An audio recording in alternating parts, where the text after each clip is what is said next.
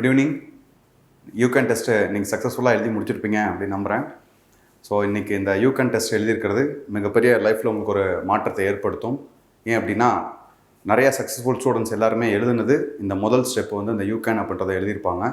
இந்த யூகேன் அப்படின்றது வந்து உங்களுக்கு ரிவிஷனுக்காக மட்டும் இல்லாமல் அந்த எக்ஸாம் ஃபியர், அந்த எக்ஸாமை வந்து எப்படி நம்ம அந்த டயத்துக்குள்ளே முடிக்கணும், தெரியாத கொஷினை எப்படி நம்ம வந்து டயத்தை கரெக்டாக யூஸ் பண்ணிக்கணும், தெரிஞ்ச கொஷினை எவ்வளோ சீக்கிரம் வந்து எழுதி முடிக்கணும் அப்படின்றதுக்கு உங்களுக்கு இது ரொம்ப யூஸ்ஃபுல்லாக இருக்கும்.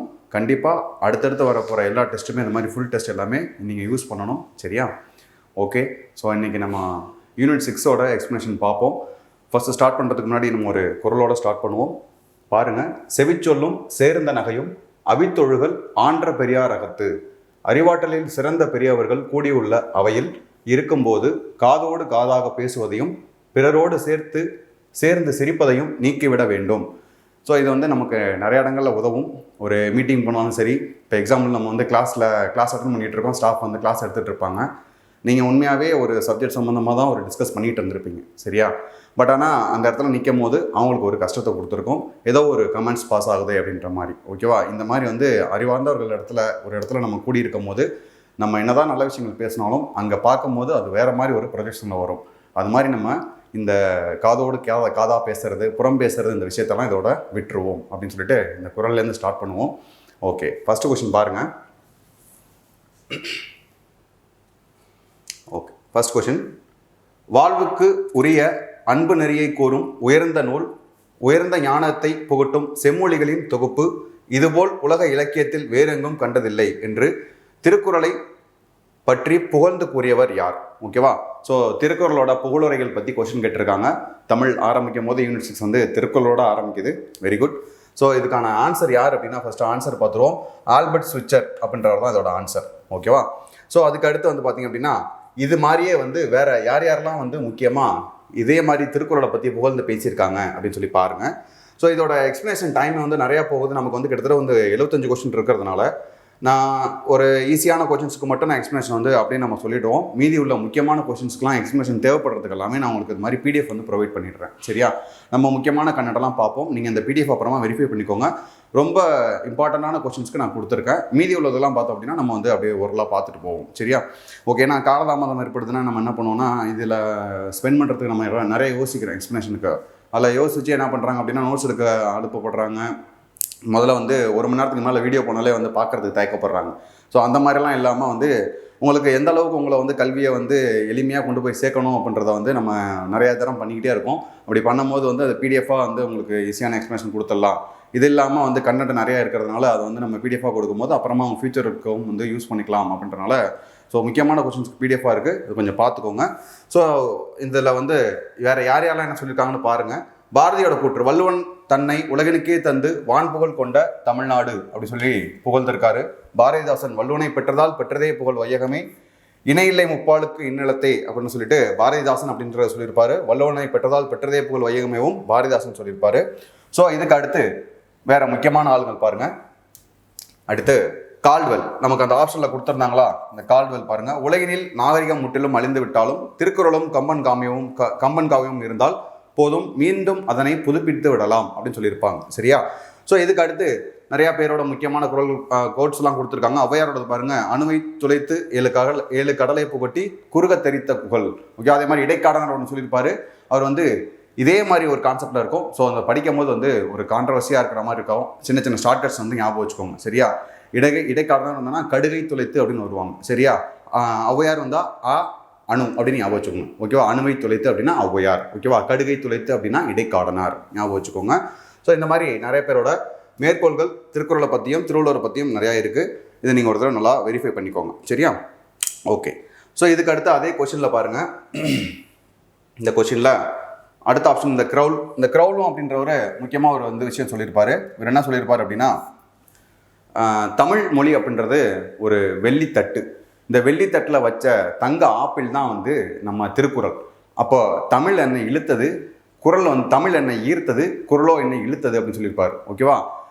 வெள்ளித்தட்டில் வைக்கப்பட்ட தங்க ஆப்பிள் இந்த திருக்குறள், தமிழோ என்னை இழுத்தது, குறளோ என்னை ஈர்த்தது அப்படின்ற மாதிரி சொல்லியிருப்பார். இப்போ ஞாபகம் வச்சுக்கோ. சரியா? அடுத்த கொஸ்டின் பார்ப்போம். 2வது கொஸ்டின். தமிழக வரலாற்றில் தனித்துவம் பெற்றதாக கருதப்படும் தென்னிந்திய புரட்சி என அழைக்கப்படுவது எது? ஓகேவா, தென்னிந்திய புரட்சி நம்ம கேள்விப்பட்டிருப்போம். இந்த தென்னிந்திய புரட்சி வந்து மருது சகோதரர்களின் கழகம் அப்படின்னு சொல்லுவாங்க. 1801 1802 நடந்திருக்கும். ஓகேவா. ஸோ இதுக்கப்புறம் வந்து வீரபாண்டிய கட்டபொம்மன், இவருக்கு முன்னாடியே முதல்ல இருந்தது தென்னிந்தியக்காரர்களை கிளர்ச்சியில் ஏற்பட்டது யார் அப்படின்னா இந்த பூலித்தேவர் அப்படின்றவர். ஸோ இந்த பூலித்தேவர், அப்புறம் ஹெரான், மாபுஸ்கான், இவங்க கூட எல்லாம் சண்டை வரும். அதுக்கப்புறம் நெற்கட்டும் செவல் அப்படின்ற இடத்த ஆட்சியில் இருந்திருப்பாரு. அதுக்கப்புறம் அந்த இடத்த விட்டுட்டு போயிருப்பாரு. திரும்ப மறுபடியும் ஆட்சிக்கு வந்திருப்பாரு. 1767 திரும்ப நாடுந்த நிலையில் போயிருப்பாருன்னு சொல்லி நம்ம டேட்டெல்லாம் பார்த்துருப்போம். அதே மாதிரி அடுத்து தீர்த்தகிரி பார்த்தீங்க அப்படின்னா மொத்தம் வந்து ஒரு 4 போர்கள் ஈடுபட்டிருப்பார். 1801 2 3 4. இது எப்படி ஞாபகம் வச்சுக்கிட்டோன்னா, இது வந்து காவிரி, இது ஓடாநிலை,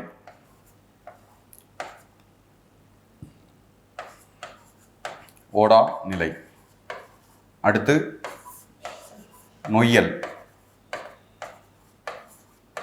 அடுத்து அரச்சலூர். ஓகேவா. 1801 4 வரைக்கும் வீட்டில் ஏதாவது ஒரு வேலை சொல்கிறாங்கன்னா நம்ம என்ன பண்ணுவோம், எதுவும் முக்கியமாக இந்த தீபாவளி இந்த மாதிரி ஃபங்க்ஷன் டயத்துலலாம் வந்து ஏதாவது வீட்டில் வந்து பலகாரங்கள் செய்கிறதுக்கு வந்து போய் அரைச்சிட்டு வா, அதை வாங்கிட்டு வா அப்படின்னு சொல்கிறாங்க. இந்த மாதிரி காவிரின்னு ஒரு பொண்ணு இருக்குன்னு ஞாபகம் வச்சுங்க.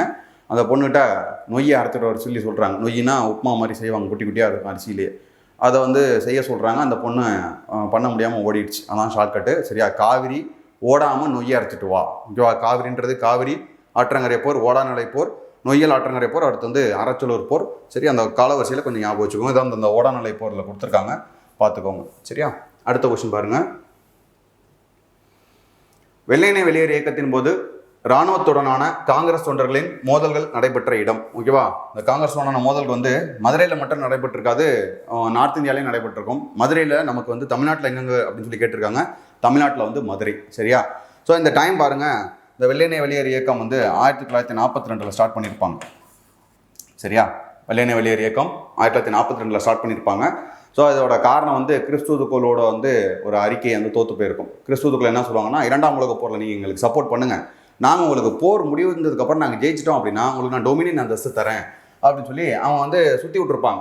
நேரடியாக எங்களுக்கு விடுதலை கொடுங்க அப்படின்னா கொடுக்காம எங்களுக்கு வந்து 2ஆம் உலக போரில் சப்போர்ட் பண்ணுங்கள், நாங்கள் அதுக்கப்புறமா உங்களுக்கு சப்போர்ட் பண்ணுறோம் அப்படின்னு சொல்லுவாங்க. ஸோ இந்த ஸ்டேட்மெண்ட் வந்து நம்மளால் ஏற்றுக்க முடியாமல் இருந்திருக்கும். சரியா. ஸோ அதான் அந்த டீட்டெயில் பாருங்கள். இந்த வெள்ளையனே வெளியேறு இயக்கம் முதல்ல தொடங்கினது வந்து 1942 ஆகஸ்ட் 8. ஸோ நெக்ஸ்ட் அடுத்து நம்ம அந்த கொஸ்டினுக்கு ஏற்ற மாதிரி மதுரையில் நடந்த அந்த சண்டை ஆகஸ்ட் 10 1942 நடந்திருக்கும். ஸோ இந்த குவிட் இண்டியா மூமெண்ட், வெள்ளையனே வெளியேறு இயக்கம் தொடங்குறதுக்கான காரணங்களில் ஏற்கனவே பார்த்த மாதிரி இந்த கிறிஸ்துவுக்களோட தோல்வி, அவங்க கொடுத்ததை நம்ம ஆஃபரை ஏற்றுக்க மாட்டோம். இந்த கிறிஸ்துவுக்களோட அறிக்கையை தான் என்ன சொல்லிப்பாருன்னா, காந்தி திவாலாகி கொண்டிருக்கும் வங்கியில் பின்தேதிட்ட காசோலை அப்படின்னு சொல்லியிருப்பார். ஏன் அப்படின்னா அவங்களே 2ஆம் உலக போரில் எப்போ தோக்க போகிறாங்கன்னு தெரியல. அவங்க நம்மளுக்கு வந்து டொமினியன் அந்தஸ்து கொடுக்கறது, நமக்கு அரசியல் நிர்ணய சபை அமைச்சு கொடுக்கறதுக்கு அவங்க சப்போர்ட் பண்ணுறேன், நீங்கள் எனக்கு 2ஆம் உலக போரில் சப்போர்ட் பண்ணுங்க அப்படின்னு சொல்லி கேட்பாங்க. கேட்கும் போது தான் காந்தி சொல்லியிருப்பார். சரியா. நீங்களே இப்போ திவாலாக போறீங்கன்னு தெரியல அப்படின்னு சொல்லியிருப்பார். ரைட்டா. அடுத்த காரணம் வந்து 2ஆம் உலக போரில் நம்மளை வந்து கேட்காம ஈடுபடுத்தியிருப்பாங்க. 1939 44-45 வரைக்கும் நடக்கும். நம்மளை கேட்காம வந்து இந்தியா எங்களுக்கு சப்போர்ட் பண்ணுதுன்னு சொல்லிட்டு பிரிட்டிஷ் சொல்லிடுவாங்க உலக நாடுகள்கிட்ட. அப்போ அதிருப்தி அடைஞ்சு தான் 1939 தமிழ்நாட்டு மற்றும் இந்தியாவில் ரொம்ப ஃபேமஸாக அதிகமாக வந்து காங்கிரஸ் வந்து ஆட்சியில் இருந்திருப்பாங்க. எல்லாருமே வந்து தன்னோட பதவியை விலகிடுவாங்க. அப்போ தான் 39, 37, 38 டயத்தில் பார்த்திங்க அப்படின்னா நம்ம இங்கே தமிழ்நாட்டில் யார் இருந்திருப்பாங்கன்னா ராஜாஜின்றவர் காங்கிரஸ் வந்து சிஎம்மாக இருந்திருப்பார். அவரும் ஆட்சி விலகியிருப்பார். சரியா. ஸோ அதே மாதிரி அவர் இன்னொரு இம்பார்ட்டன்ட் வந்து ஹிந்தி எதிர்ப்பு போராட்டம் 38 நடக்கும். அடுத்து 1938, அடுத்து மறுபடியும் 1952, அடுத்து மறுபடியும் 1965 66 இடத்துல நடக்கும். இந்த மும்மொழி போராட்டம் அப்படின்றது நடக்கும். இதில் நம்ம இன்னொரு கொஸ்டின் பார்ப்போம், பெண்கள் யார் ஈடுபட்டாங்கன்னு ஒரு கொஸ்டின் இருக்கும், அதில் பார்ப்போம். சரியா. அடுத்த காரணம் பர்மா மீது ஜப்பானிய படையெடுப்பு. நம்மளோட ஆக்கிரமிப்பு இடங்களை வந்து இந்தியாவோட இடங்களை ஆக்கிரமிக்கிறதுக்காக ஜப்பானோட படையெடுப்பு வந்துக்கிட்டே இருப்பாங்க. அதுவும் ஒரு காரணமாக இருக்கும்.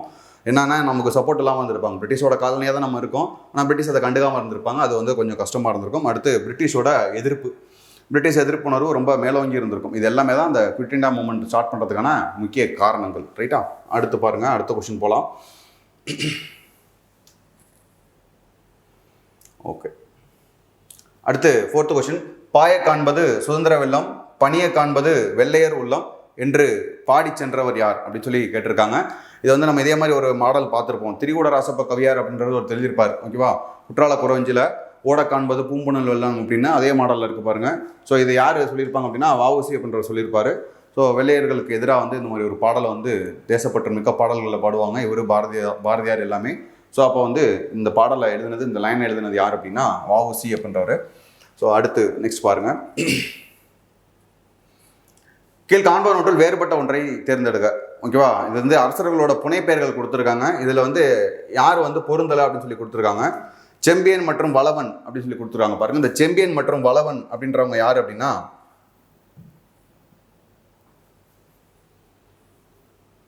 இந்த செம்பியன் மற்றும் வளவன் அப்படின்றவங்க யார் அப்படின்னா இவங்க வந்து சோழ மன்னர்கள். ரைட்டா, இவங்க யார் அப்படின்னா சோழர்கள். சோழ மன்னரோட புனைப்பெயர். மீதி இருக்கிற எல்லாருமே பார்த்தீங்கன்னா சேரர்கள். இதெல்லாமே ஒரு செட்டு. ஓகேவா, இவங்க மட்டும் டிஃப்ரெண்டாக இருப்பாங்க. சரியா, அடுத்த கொஸ்டின் போகலாம்.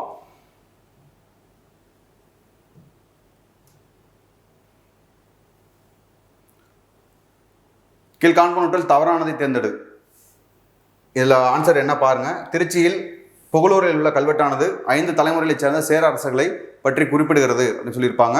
ஸோ இவங்க அதுக்கான ஆன்சர் வந்து யார் அப்படின்னா 5 தலைமுறை கிடையாது, 3 தலைமுறைகளில் வந்து உள்ளவங்களை பற்றி குறிப்பிட்டிருப்பாங்க. சரியா, ஸோ இதுக்கான எக்ஸ்பிளேஷன் பாருங்க. சேர மன்னர்கள் யாரை பற்றி அந்த கல்வெட்டு இருந்திருக்கும் அப்படின்னா புகழூர் கல்வெட்டு முதல்ல இளம் கடுகோ அப்படின்றவரை பற்றி இருந்திருக்கும். இவர் வந்து அந்த சமண துறவிகளுக்கு அந்த இடத்த வந்து தானமாக கொடுத்துருப்பார். அதுக்காக தான் வந்து இந்த கல்வெட்டை வந்து பொறிச்சிருப்பாங்கன்ற மாதிரி ஒரு டேட்டா ஒன்று இருக்குது. கூட வந்து இதில் குறிப்பிட்டுள்ள தலைமுறை அரசர்கள் எத்தனை பேர்னா 3 தலைமுறையோட சேர அரசர்களை பற்றி குறிப்பிட்டிருக்கு. சரியா, ஸோ அதை கொஞ்சம் கவனமாக பார்த்துக்கோங்க. இது இல்லாமல் வேறு சில முக்கியமான கல்வெட்டுகள், நிறைய கல்வெட்டுகள் இருக்குது. ஓகேவா, நம்ம அப்பப்போ ரிவிஷன் பார்க்கும்போது சிலது பார்த்துக்கலாம். மாங்குளம் கல்வெட்டுன்னு இருக்கும். இது மதுரை சுற்றுவட்டாரத்துலேருந்து எடுத்திருப்பாங்க. இது பொது ஆண்டு முன் கிமு 3ஆம் நூற்றாண்டில் பாண்டிய மன்னன் நெடுஞ்செழியனை பற்றி சொல்கிறது. ஸோ இந்த மாங்குளம் கல்வெட்டை முதல்ல கண்டுபிடிச்சவர், ஆராய்ச்சி பண்ணவர் யார் அப்படின்னா 1882 ராபர்ட் செவல் அப்படின்றவர். நெக்ஸ்ட் 1906 KV சுப்பிரமணியன் அப்படின்றவர் நம்ம ஊருக்கார் போய் ஆராய்ச்சி பண்ணியிருப்பார்.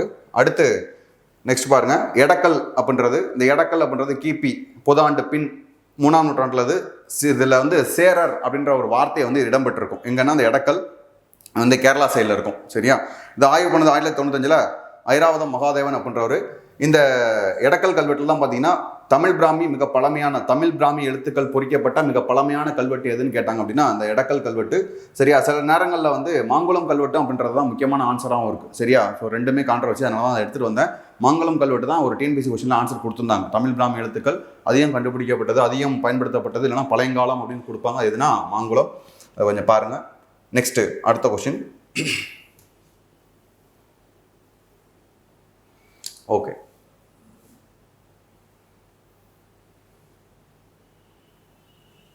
தீங்கு செய்பவரை தண்டிப்பதற்கு உரிய வழிகளாக வள்ளுவர் எதை சுட்டுகிறார்? ஓகேவா, ஒருத்தர் நமக்கு கெட்டது பண்ணுறாங்க அப்படின்னா திரும்ப நமக்கு என்ன பண்ணணும், அவங்கள வந்து மனசில் வச்சுட்டு திரும்ப நம்மளை அவங்கள பழி வாங்கணுமா அப்படின்னா அப்படி பண்ணக்கூடாது அப்படின்ட்டு சொல்கிறாரு. ஸோ அதான் என்ன ஆன்சர் அப்படின்னா அவருக்கு நன்மை செய்தல் வேண்டும். ஓகேவா, ஸோ நமக்கு தீங்கை செய்தவருக்கும் நன்மை செய்தல் வேண்டும். சரியா, அடுத்த கொஸ்டின் பாருங்கள். மன்னனின் செல்வத்தை தேய்க்கும் படை எது? ஓகேவா, மன்னன் வந்து நிறைய செல்வ செழிப்போட இருக்கான். பட் ஆனால் அவங்களோட செல்வம் வந்து கரைஞ்சி போகுது அப்படின்னா அதுக்கான காரணம் என்ன இருக்கும், இல்லைனா அதுக்கு என்ன மாதிரி ஒரு மக்களோட குறைகளாக இருக்கும், இல்லை என்ன விஷயமா இருக்கும் அப்படின்னா அதுக்கான ஆன்சர் பாருங்க. கொடுங்கோன்மை. ஆப்ஷன் பி, கொடுங்கோன்மை மற்றும் காரணமாக மக்களோட அதிருப்தி, அதுக்கப்புறம் கூட வந்து இந்த கொடுங்கோன்மையினால ஏற்பட்ட மக்களோட ஒரு மனச்சோர்வு, அதுதான் ஒரு காரணமாக இருக்கும். ஒரு ஆட்சி பண்ணுற அரசனுக்கான வழிமுறை எப்படி இருக்கணும் அப்படின்னா மக்கள் மனநலம் சந்தோஷமாக இருக்கணும் அப்படின்றது தான் முக்கியமாக அதில் சொல்லி வர்றாங்க. சரியா, அடுத்து பாருங்க.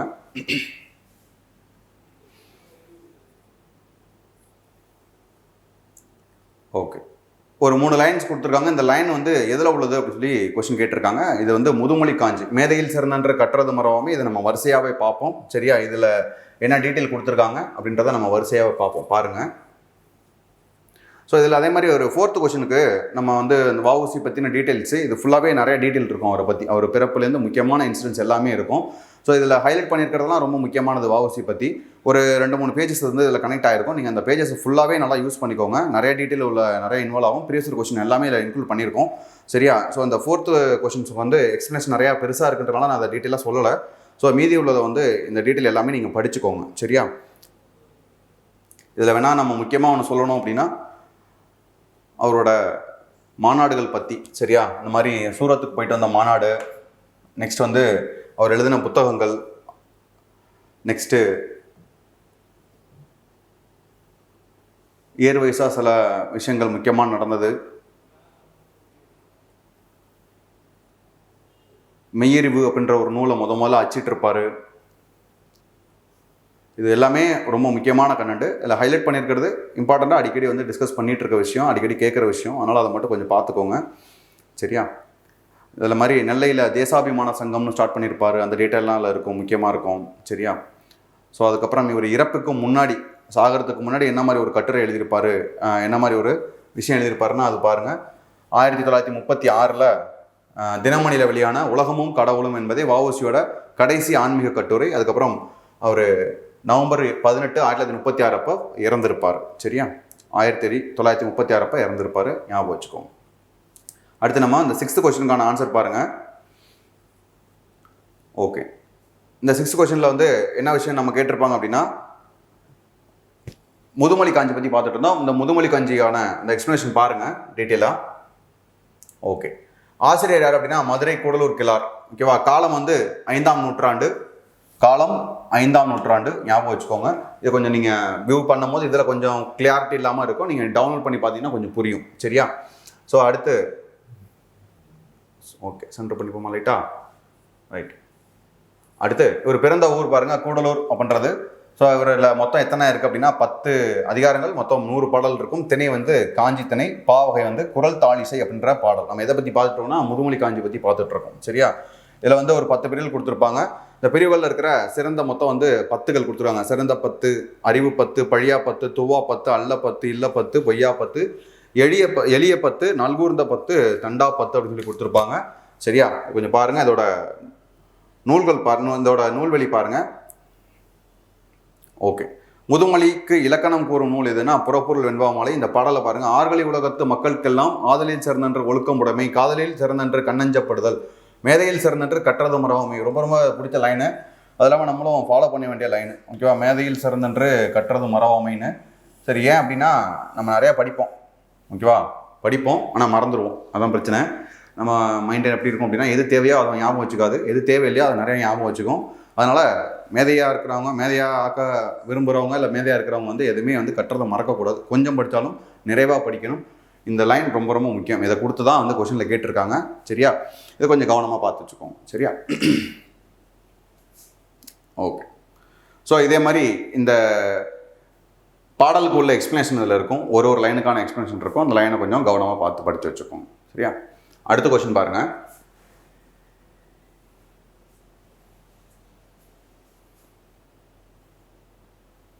அடுத்து 10வது கொஸ்டின். தோழி அறத்தோடு நிற்றல் என்ற துறையில் அமைந்த நூல் எது அப்படின்னு சொல்லி கேட்டிருக்காங்க. ஓகேவா? இது வந்து குறிஞ்சிப்பாட்டு அப்படின்ற ஒரு பகுதியில் உள்ளது. ஸோ இதெல்லாம் நமக்கு ஜென்ரலாக தெரிஞ்ச விஷயங்கள். ஸோ இதில் டீட்டெயிலான எக்ஸ்ப்ளனேஷன் சொல்லணும்னு தேவையில்லை, நீங்கள் பார்த்துக்கோங்க. சரியா? நெக்ஸ்ட்டு 11வது கொஸ்டின் பாருங்கள். வள்ளுவரின் அரசியல் பொருளாதார சமுதாய சிந்தனைகளின் களஞ்சியமாக அமையும் திருக்குறள் பொருத்தமான பிரிவு எது அப்படின்னு சொல்லி கேட்கலாம். நமக்கு ஆல்ரெடி தெரியும், பொருட்பால் அப்படின்றதான் இதில். ஓகேவா? அறம். இதில் வந்து மொத்தம் 4 இயல்கள், அடுத்து 38 அதிகாரங்கள். அடுத்து பொருட்பாலில் வந்து மொத்தம் வந்து 70 அதிகாரங்கள். இயல் வந்து பார்த்திங்க அப்படின்னா 3 இயல்கள். அடுத்து இன்பத்துப்பால். இதில் வந்து மொத்தம் வந்து 2 இயல்கள், அதிகாரங்கள் வந்து 25. சரியா? 70, 38, 25. ஸோ இதில் வந்து பொருத்தமான பிரிவு எதுன்னா பொருட்பால் அப்படின்றதான் அதுக்கான ஆன்சர். ஞாபகம் வச்சுக்கோங்க. ஸோ நெக்ஸ்ட்டு இதுக்கான எக்ஸ்ப்ளனேஷன்ஸ் எதாவது இருக்கா அப்படின்னு சொல்லி பார்க்கலாம். என்ன டீட்டெயில் இருக்குது அப்படின்னா, ஃபஸ்ட்டு இந்த ஃபோட்டோ பாருங்கள். எட்வர்ட் ஜெவிட் ராபின்சன் அப்படின்றவர் 1873 பதிப்பித்த தமிழ் விஸ்டம் அப்படின்ற ஒரு நூலில் வந்து வள்ளுவரோட பழைய ஓவியம் இதில் குறிப்பிட்டிருக்காரு. சரியா? ஸோ இதை பற்றி பார்த்துக்கோங்க, எப்போ பதிப்பிச்சது அப்படின்னு சொல்லிட்டு. அடுத்து இதில் கொடுத்துருக்க அதிகாரங்கள் பாருங்கள். பாயிரவியல், இல்லறவியல், துறவரவியல் இது எல்லாமே வந்து எதில் வரும் அப்படின்னா மொத்தம் 38 ஃபஸ்ட் உள்ளதில் வரும். அடுத்து ரெண்டாவது பார்த்தீங்க அப்படின்னா இந்த அரசியல், அங்கவியல், ஒளிபியல் இது மூணும் ரெண்டாவது செட். இது வந்து அறத்துப்பால், இது வந்து பொருட்பால், இது பார்த்தீங்க அப்படின்னா களவியல், கற்பியல் வந்து இது வந்து இன்பம். சரியா? ஸோ இந்த மாதிரி பார்த்து வச்சுக்கோங்க, எந்த அதிகாரத்துலேருந்து எந்த அதிகாரம் வரைக்கும் இருக்குது. இப்போலாம் ரீசெண்ட் டைமில் வந்து கொஷின்ஸ் கேட்குறாங்க. சரியா? ஸோ அந்த கொஷின்ஸில் வந்து கொஞ்சம் அந்த மாதிரி மைனூட்டாக கொஞ்சம் பார்த்து வச்சுக்கோங்க. ரைட், அடுத்து போவோமா? அடுத்த கொஷின் பாருங்கள்.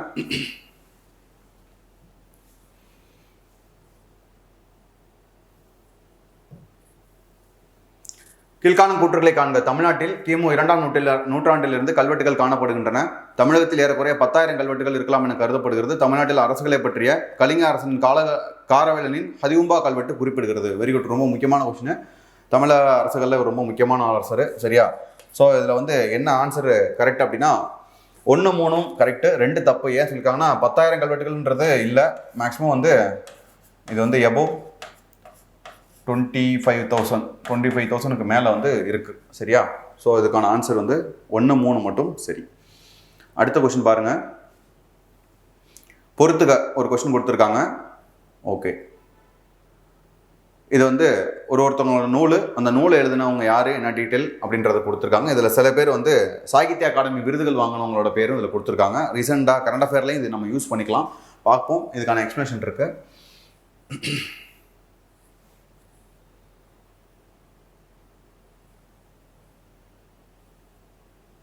ஓகே ஓகே என்னும் புதிய எண்ணும் அப்படின்னு மைஸாக இருக்குது. என்ன அப்படின்னா இது வந்து பயண இலக்கியம் என்னும்.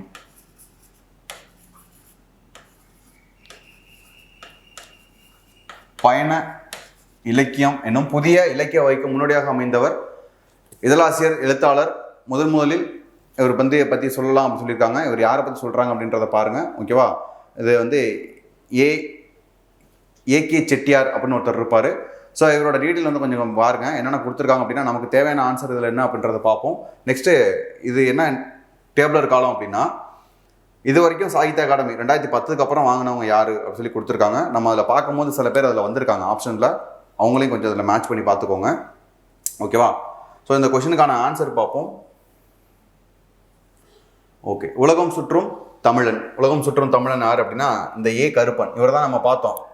பயண இலக்கியம் அப்படின்னு ஒன்று எழுதினார், ஒரு ஸ்டேட்மெண்ட் பார்த்தோமா, இப்போது அவர் தான் அவர். ஓகேவா? ஏ செட்டியாரன் அழைக்கப்பட்டவர்னு அவர் தான் அந்த ஏ கருப்பன் அப்படின்றவர். அடுத்து காலாபாணி நமக்கு தெரியும், ராஜேந்திரன் அப்படின்றவர் எழுதியிருப்பார். அடுத்து யானை சவாரி அப்படின்றது பாவண்ணன். அடுத்து அறமும் அரசியலும் அப்படின்றது, அறமும் அரசியலும் பார்த்தீங்க அப்படின்னா மு வரதராசனார் அப்படின்றவர் எழுதியிருப்பார்.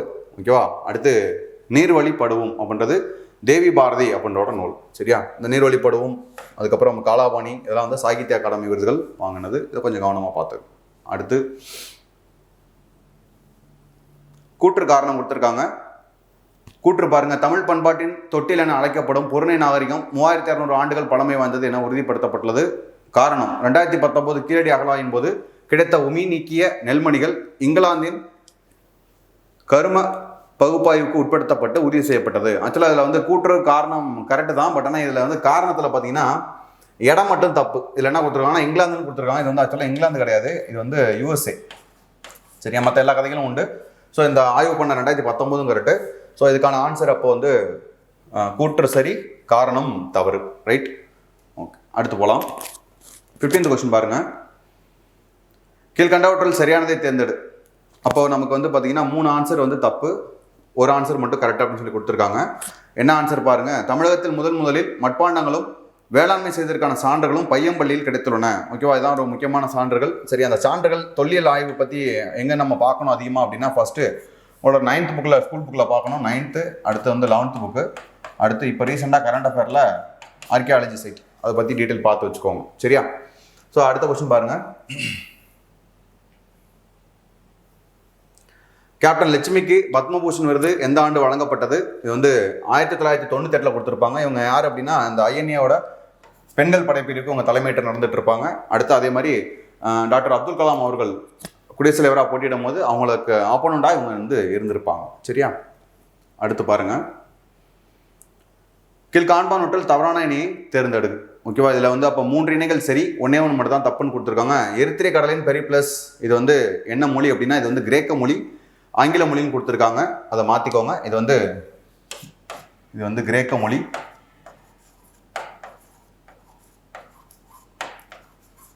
அதே மாதிரி காலம் வந்து பார்த்தீங்க அப்படின்னா முதல் நூற்றாண்டு, 1ஆம் நூற்றாண்டு, 2ஆம் நூற்றாண்டு போட்டிருக்கு. இது வந்து முதல் நூற்றாண்டு. ஸோ அடுத்த கொஸ்டின் பாருங்க. கீழ்கண்டவற்றுள் தவறானதை தேர்ந்தெடு. அப்போ 3 கொஸ்டின் நமக்கு 3 ஆப்ஷன் கரெக்டாக, 1 மட்டும் தப்புன்னு கொடுத்துருக்கோம். ஸோ சங்க காலத்தில் மரச்சிற்பங்கள் அமைக்கப்படுவதை பரிபாடல் அறியலாம். ஆமாம், கரெக்டு. தொல்காப்பியர் காலத்தில் நடுகள் வழிபாடு முறையானது வழக்கத்தில் இருந்தது. கரெக்டு. அகநானூறு மற்றும் புறநானூற்றில் நடுகள் பற்றி குறிப்புகள் காணப்படுகின்றன. ஆமாம், இருக்கும். ஏன்னா அந்த புறநானூறுனாலே அரசோட புற வாழ்க்கையை பற்றி குறிப்பிட்டிருக்கும். அக வாழ்க்கையில் இருக்கிற அகநானூறு குறிப்புகளும் குறிப்பிட்டிருக்கும். இதில் எது தவறுனா சங்க சிற்ப கலைஞர்களை மண்ணீட்டாளர்கள் அழைக்கும் வழக்கத்தில் இருந்தது சிலப்பதிகாரம் கூறுகிறது. ஆக்சுவலாக மணிட்டாளர் கண்ணூல் வினைஞர் அப்படின்னு அவங்க வருவாங்க. சரியா, கண்ணூல் வினைஞர், கண்ணூல் வினைஞர். சரியா, அடுத்து பாருங்க. அடுத்த கொஸ்டின் போலாம். Which of the following theory is incorrect about the origin of Tamils? People who lived in Kumari continent, tribes of South India, people from Central Asia, North India came to South India. Came to South India from Europe via the Indian Ocean அப்படின்னு கொடுத்துருக்காங்க. ஐரோப்பாவிலிருந்து இந்து மாக்கடல் வழியாக தென்னிந்தியவர்கள் வந்தவர்கள் அப்படின்னு சொல்லி கொடுத்துருப்பாங்க. ஆக்சுவலாக வந்து இவங்க ஐரோப்பா வழியாக வந்திருக்க மாட்டாங்க. அதுதான் இதில் தவறான விடை. சரியா, ஞாபகம் வச்சுக்கோங்க. அடுத்த கொஸ்டின்ஸ். ஓகே, இது வந்து ஒரு பாடல் வரி. சரிங்களா, இது என்ன பாடல் வரி அப்படின்னா பாரதியாரோட ஒரு சிறப்பான ஒரு பாடல் வரி. ஸோ இந்த பாடல் வரி பாருங்க அப்படின்னா என்ன கொடுத்துருக்காங்க. போனதெல்லாம் கனவினை போல் புதைந்தழிந்தே போனதனால் நானும் ஓர் கலனே அப்படின்னு கொடுத்துருக்காங்க. ஆக்சுவலாக அது வந்து கலனே வர்றது நானும் ஒரு கனவோ அப்படின்னு வரும். நானும் ஓர் கனவோ அப்படின்னு வரும். சரியா, ஸோ நெக்ஸ்ட் இதில் பாருங்க. போனதெல்லாம் கனவினை போல் புதைந்தழிந்தே போனதனால் நானும் ஓர் கனவோ, இந்த ஞானமும் பொய்தானோ அப்படின்னு சொல்லி சொன்னது யார் அப்படின்னு சொல்லி கொஸ்டின் கேட்டுறாங்க. இது வந்து பாரதியார் சொல்லியிருப்பாங்க. சரியா, ஸோ இதில் பாருங்க. இது வந்து ஒரு முக்கியமான ஒரு பாடல், நல்லா இருக்கும். இது வந்து நிறைய ஒரு சுதந்திர தாகத்தை ஏற்படுத்துகிற மாதிரி இருக்கும். பாரதின்னு ஒரு படம் வந்திருக்கும், அதுலேயுமே இந்த பாடல் ஈடுபட்டிருக்கும். சரியா, இடம்பெற்றிருக்கும். இந்த பாடல் ஒரு நிமிஷம் பாடுவோம். ஏதாவது மிஸ்டேக்ஸ் இருந்துச்சு அப்படின்னா அட்ஜஸ்ட் பண்ணிக்கோங்க. சரியா, நான் பாடுறேன், நீங்களும் அப்படியே கூட சேர்ந்து பாடுங்க. சரியா, ஓகே. வானகமே வானகமே இளவையிலே மரச்செறிவே, வானகமே இளவையிலே மரச்செறிவே, நீங்களெல்லாம் காணல் நீரோ வெறும் காட்சி பிழைதானோ, போனதெல்லாம் கனவினை போல் புதைந்தழிந்தே போனதனால் நானும் ஓர் கனவோ, இந்த ஞாலமும் பொய்தானோ, நிற்பதுவே நடப்பதுவே பறப்பதுவே, நீங்களெல்லாம் சொப்பனம் தானோ பல தோற்றமாயங்களோ. ஞாபகம் வச்சுக்கோங்க, ஒரு நல்ல பாடல். சரியா, ஓகே, பார்ப்போம் அடுத்த கொஸ்டின். ஓகே, நெக்ஸ்ட் கொஸ்டின் போகலாம்.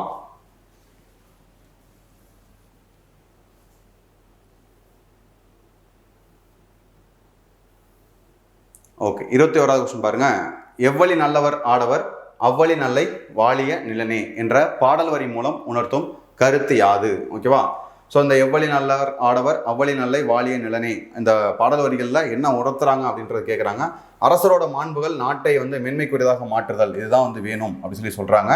ஓகேவா, ஸோ இந்த பாடல் வரிகள் முக்கியமான மேற்கோள்கள் இதில் கொடுத்துருக்கிறதெல்லாம் கொஞ்சம் கவனமாக பார்த்துக்கோங்க. இப்போ கொஸ்டின்ஸ் வந்து எப்படி கேட்குறாங்கன்னா ஆத்தரை பற்றி கேட்குறது கூட இதில் என்ன மீன் பண்ணுறாங்க, என்ன சொல்ல வராங்க, ஓகேவா, இல்லைனா எதை சொல்லலை அப்படின்னு தான் கொஸ்டின் கேட்குறாங்க. சரியா, ஸோ அதில் கொஞ்சம் கவனமாக பாருங்கள். அடுத்து நெக்ஸ்ட் கொஸ்டின் பாருங்க.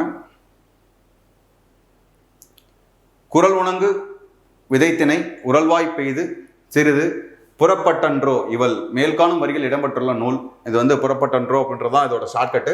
ஸோ இது வந்து பார்த்தீங்க அப்படின்னா புறநானூறு அப்படின்றதுல இடம்பெற்றிருக்கும். நூல் பார்த்துக்கோங்க. இந்த புறநானூறு அப்படின்றது ஒரு பர்டிகுலரான ஒரு ஆளுங்க கிடையாது. நிறையா புலவர்கள் பழைய காலத்தில் நிறையா காலங்களில் வாழ்ந்தவரோட தொகுப்பு தான் இந்த புறநானூறு. சரியா? அடுத்து தவறான இணையை கேட்டிருக்காங்க. அப்போ 4 இணைகள் கொடுத்துருக்காங்க. அதில் வந்து 3 இணைகள் சரி, அப்போ ஒரு இணை மட்டும் தான் தவறு. அப்போ பாருங்க, தமிழின் முதல் குறவஞ்சினில் திருக்குற்றால குறவஞ்சி நம்ம பார்த்தோம். திருக்குடரசப்ப கவிராயர் எழுதியிருப்பார் அப்படின்னு. அடுத்து தமிழின் முதல் பரணி நூல் தென் தமிழ் தெய்வ பரணி அப்படின்னு அழைக்கப்படுது, ஜெயங்கொண்டார் எழுதியிருப்பார். தமிழின் முதல் கலம்பக நூல் நந்தி கலம்பகம். அடுத்து வந்து தமிழின் முதல் அந்தாதி திருத்தொண்டர் அந்தாதி. சரியா? அந்த திருத்தொண்டர் அந்தாதி அப்படின்றது கொஞ்சம் முக்கியம். நம்ம அப்பப்போ இந்த தமிழில் வந்து சில சைவ சமயங்கள் வைணவங்கள் இவங்களெல்லாம் பற்றி பார்க்கும்போது இந்த மாதிரி கொஷின்ஸ் ஏதாவது வந்து கேட்பாங்க. சரியா? அப்போ அந்த மாதிரி கொஷின்ஸ் வந்து பார்க்கும்போது கொஞ்சம் அவங்களோட மேற்கோள்கள் என்ன சொல்கிறாங்க, என்ன ஏது அப்படின்றதையும் கொஞ்சம் லைட்டாக பார்த்துப்போம். சரியா? அடுத்து பாருங்கள். ஓகே, சரி, இதில் ஒன்றும் டீட்டெயில்ஸ் எதுவும் இல்லை. நெக்ஸ்ட் அடுத்து பார்க்கும்போது பார்க்கலாம். சரி, அடுத்து 25வது கொஸ்டின் 24வது கொஸ்டின் பாருங்க. இதுவும் ஒரு பொறுத்துக. ஓகே, இது வந்து 2024 22 கொஸ்டின்ஸ் கேட்டிருக்காங்க. இது தமிழில் கேட்ட கொஸ்டின் தான் அது. சரியா? ஸோ அது பாருங்க. செல்லாத பணம் அப்படின்றது யாருன்னா இமயம். அடுத்து சூல் சோ தர்மன். படிக்கும் போதே அப்படி படிச்சிருங்க. சூல் சோ தர்மன். ஒரு சிறு இசை அப்படின்றது பார்த்தீங்க அப்படின்னா கல்யாஞ்சி. அவர் வந்து வண்ணதாசன் அப்படின்னு சொல்லுவாங்க. சஞ்சாரம் அப்படின்றது ராமகிருஷ்ணன். ராமர் வந்து சஞ்சாரிக்கிறார் அப்படின்னு ஞாபகம் வச்சுக்கோங்க. அடுத்து காந்தல் நாட்கள் அப்படின்றது இன்குலாப். ஓகேவா? ஸோ உங்களை ஞாபகம் வச்சுக்கோங்க. இந்த மாதிரி நூல்கள் பற்றியும் சில கொஸ்டின்ஸ் அப்பப்போ கேட்பாங்க. ரைட். அடுத்து செஞ்ஞாயிற்று செலவும் அஞ்ஞாயிற்று பரிவும் பறிவு சூழ்ந்த மண்டிலமும் வரி திரிதர திசையும் வரிது நிலைய இய காயமும் என்றிவை என்னும் பாடல் வரிகளால் போற்றப்படும் வளங்கொண்ட நாட்டின் தலைவன் யாரு அப்படின்னு சொல்லி கேட்டிருக்காங்க. இவரோட எக்ஸ்பிளனேஷன் பார்ப்போம். பாருங்க. ஓகே, ஒரு சோழ அரசன், அவர் தான் பேர் நலங்கிள்ளி. ஓகேவா? அவரோட அரியணையில் வந்து அவர் அமர்ந்திருக்காரு. அப்போ வந்து கற்றறிந்த சான்றோர்கள்லாம் சுற்றி இருக்கிறாங்க. அப்போ வந்து சொல்கிறாரு, அங்கே இருந்த ஒரு அவைக்கள புலவர். ஓகேவா? அவர் சொல்கிறார், அவர் பேர் வந்து உறையூர் முதுகண்ணன் சாத்தனார். அவரை ஞாபகம் வச்சுங்க. உறையூர் முதுகண்ணன் சாத்தனார். ஓகேவா? இவர் தான் வந்து சோழ மன்னன் நலங்கிள்ளியோட அரசவையில் இருந்தவர். ஓகேவா? ஸோ இவர் தான் வந்து சொல்கிறார், நம்ம நாட்டோட சிறப்பை பற்றி புகழ்ந்து பாடுங்க அப்படின்னு சொல்லி சொல்லும் போது சொல்கிறார், செஞ்ஞாயிற்று செலவும் அஞ்ஞாயிற்று பரிவும் அப்படியே ஸ்டார்ட் பண்ணி அடுத்து அவரோட சோழ நாட்டோட ஒரு புகழை பற்றி பெருமையாக பேசுகிறார். நமக்கு இதில் தேவையான விஷயங்கள் வந்து இந்த அறிஞ்சொல் பொருள் முக்கியம். இப்போ வந்து கொஷின்ஸில் லைன்லலாம் ரொம்ப முக்கியமானலாம் கொஷின் கேட்குறாங்க. தமிழ் மீடியமுக்கு வந்து எந்த அளவுக்கு நம்ம டஃப்பாக நம்ம நிறைய விஷயங்கள் தெரிஞ்சுக்கணுமோ அப்படின்றது வந்து இதில் ஒரு விஷயம் வந்து பாசிட்டிவும் எடுத்துக்கலாம். எப்படின்னா, நம்ம தமிழை பற்றி நிறைய விஷயங்கள் ஒரே வார்த்தைக்கு வந்து வேறு சொற்கள் வந்து பயன்படுத்தலாம். இது நமக்கு வந்து நம்ம தமிழை பற்றி நிறையா தெரிஞ்சுக்கிறதுக்காகவும் தமிழில் நிறைய விஷயங்கள் நம்ம வந்து இதுக்கு வேறு அர்த்தங்கள் வேறு பேர்லாம் இருக்குது அப்படின்றத நம்ம புரிஞ்சுக்கிறதுக்கு இதை யூஸ் பண்ணலாம். டெக்னிக்கலாக நம்ம வந்து எங்கே யூஸ் பண்ண போகிறோம்னு தெரியல. பட் ஆனால் வந்து நம்ம பார்த்திங்க அப்படின்னா நம்மளோட சுற்றி இருக்கிற விஷயங்கள் தமிழோட அந்த தொன்மையை பற்றி நம்ம வந்து நிறைய விஷயங்கள் வந்து வார்த்தைகளாக படிப்போம். வார்த்தைகளாக இல்லாமல் அந்த வெறும் ஒரு மார்க்குக்காக மட்டும் இல்லாமல் இந்த வார்த்தைகள் மூலயமா வந்து நம்ம ஒரே விஷயத்துக்கு இந்த மாதிரி பல பொருள் தர விஷயங்கள்லாம் எவ்வளோ இருக்குது, இந்த வார்த்தைக்கு இந்த மீனிங் இருக்குன்னு நம்ம நிறையா புரிஞ்சுக்கலாம். இதில் நம்ம வேற எங்கே யூஸ் பண்ணலாம்னா, நீங்கள் ஒரு வேளை வந்து ஒரு அடுத்தடுத்த எக்ஸாம் வந்து ஒரு டிஎஸ்பி போகிற போஸ்டிங்க்கு, இல்லை வந்து நீங்கள் குரூப் 2ல் அந்த சிபிசிஐடி மாதிரி வந்து நம்ம ஊரில் ஸ்டேட் விஜிலன்ஸ் கமிஷன் அந்த மாதிரி போஸ்டிங்லாம் ஃப்யூச்சரில் கொண்டு வராங்க, ஏதோ ஒரு போஸ்டிங்லாம் அந்த மாதிரி டிடெக்டிவ் மாதிரிலாம் கொண்டு வராங்க அப்படின்னா இந்த மாதிரி வார்த்தைகளை நீங்கள் வந்து அங்கே நீங்கள் ஏதாவது யூஸ் பண்ணிக்கலாம். அந்த படங்கள்லாம் காட்டுவாங்கல்ல, சிலாஜிசம் அப்படின்னு சொல்லிட்டு ஏபிசிடிக்கு வந்து என்னென்ன நம்பர் இருக்குது, ஏனா 1 பீனா 2 அப்படின்ற மாதிரிலாம் கொடுத்துருப்பாங்கல்ல. இந்த மாதிரி இந்த வார்த்தைகளையும் நீங்கள் அங்கே ஏதாவது ஒரு விஷயத்தில் யூஸ் பண்ணிக்கலாம். என்றைக்காக இருந்தாலும் படிக்கிறது வீணாக போகாதுன்னு சொல்லுவாங்க படித்து ஜெயித்தவங்க. அப்போ வந்து நம்மளும் இதை படிக்கிறது வந்து சோம்பேறித்தனப்படாமல் ஏதாவது ஷார்ட்கட் திரும்ப ரிவிஷனில் நம்ம பண்ணும் போது யூஸ்ஃபுல்லாக தான் இருக்கும். ரைட்டா? சரி, இதில் பாருங்கள். இதில் செலவு அப்படின்னா பயண வழி மீனிங், பறிப்பு அப்படின்னா இயக்கம், மண்டிலம் அப்படின்னா வட்டம், வழி அப்படின்னா நம்ம கேள்விப்பட்டிருப்போம். இது வந்து வழினா இந்த வழி ஒன்று இருக்கும். ரைட்டா? இது பெயின். இந்த வழி வந்து என்ன அப்படின்னா ரூட்டு. ஓகேவா? என்னை பொறுத்த வரைக்கும் என்னென்னா வழி இல்லாமல் வழி கிடைக்காது. ஓகேவா? அதை பார்த்து வச்சுக்கோங்க. இந்த வழிக்கு வந்து காற்று, வளிமண்டலம் சொல்லுவோமா, ஞாபகம் வச்சுக்கோங்க. சரியா? அடுத்து கவுல் அப்படின்னா கன்னம். அடுத்து அடுத்தல், சேர்த்தல், துப்பு, வலிமை. இந்த மாதிரி மேற்கோள், இந்த மாதிரி அறிஞ்சொல் பொருள்லாம் கொஞ்சம் பார்த்து வச்சுக்கோங்க. சரியா? உங்களுக்கு இது யூஸ் ஆகும். இந்த மாதிரி நீங்கள் மேற்கோள்களை கொஞ்சம் பயன்படுத்திக்கோங்க. இந்த பாடலோட பொருள் இருக்குது. ஓகேவா? பொருளையும் பார்த்து வச்சுக்கோங்க. நெக்ஸ்ட் போமா. ரைட். அடுத்து பாருங்க, அடுத்த கொஸ்டின் போகலாம்.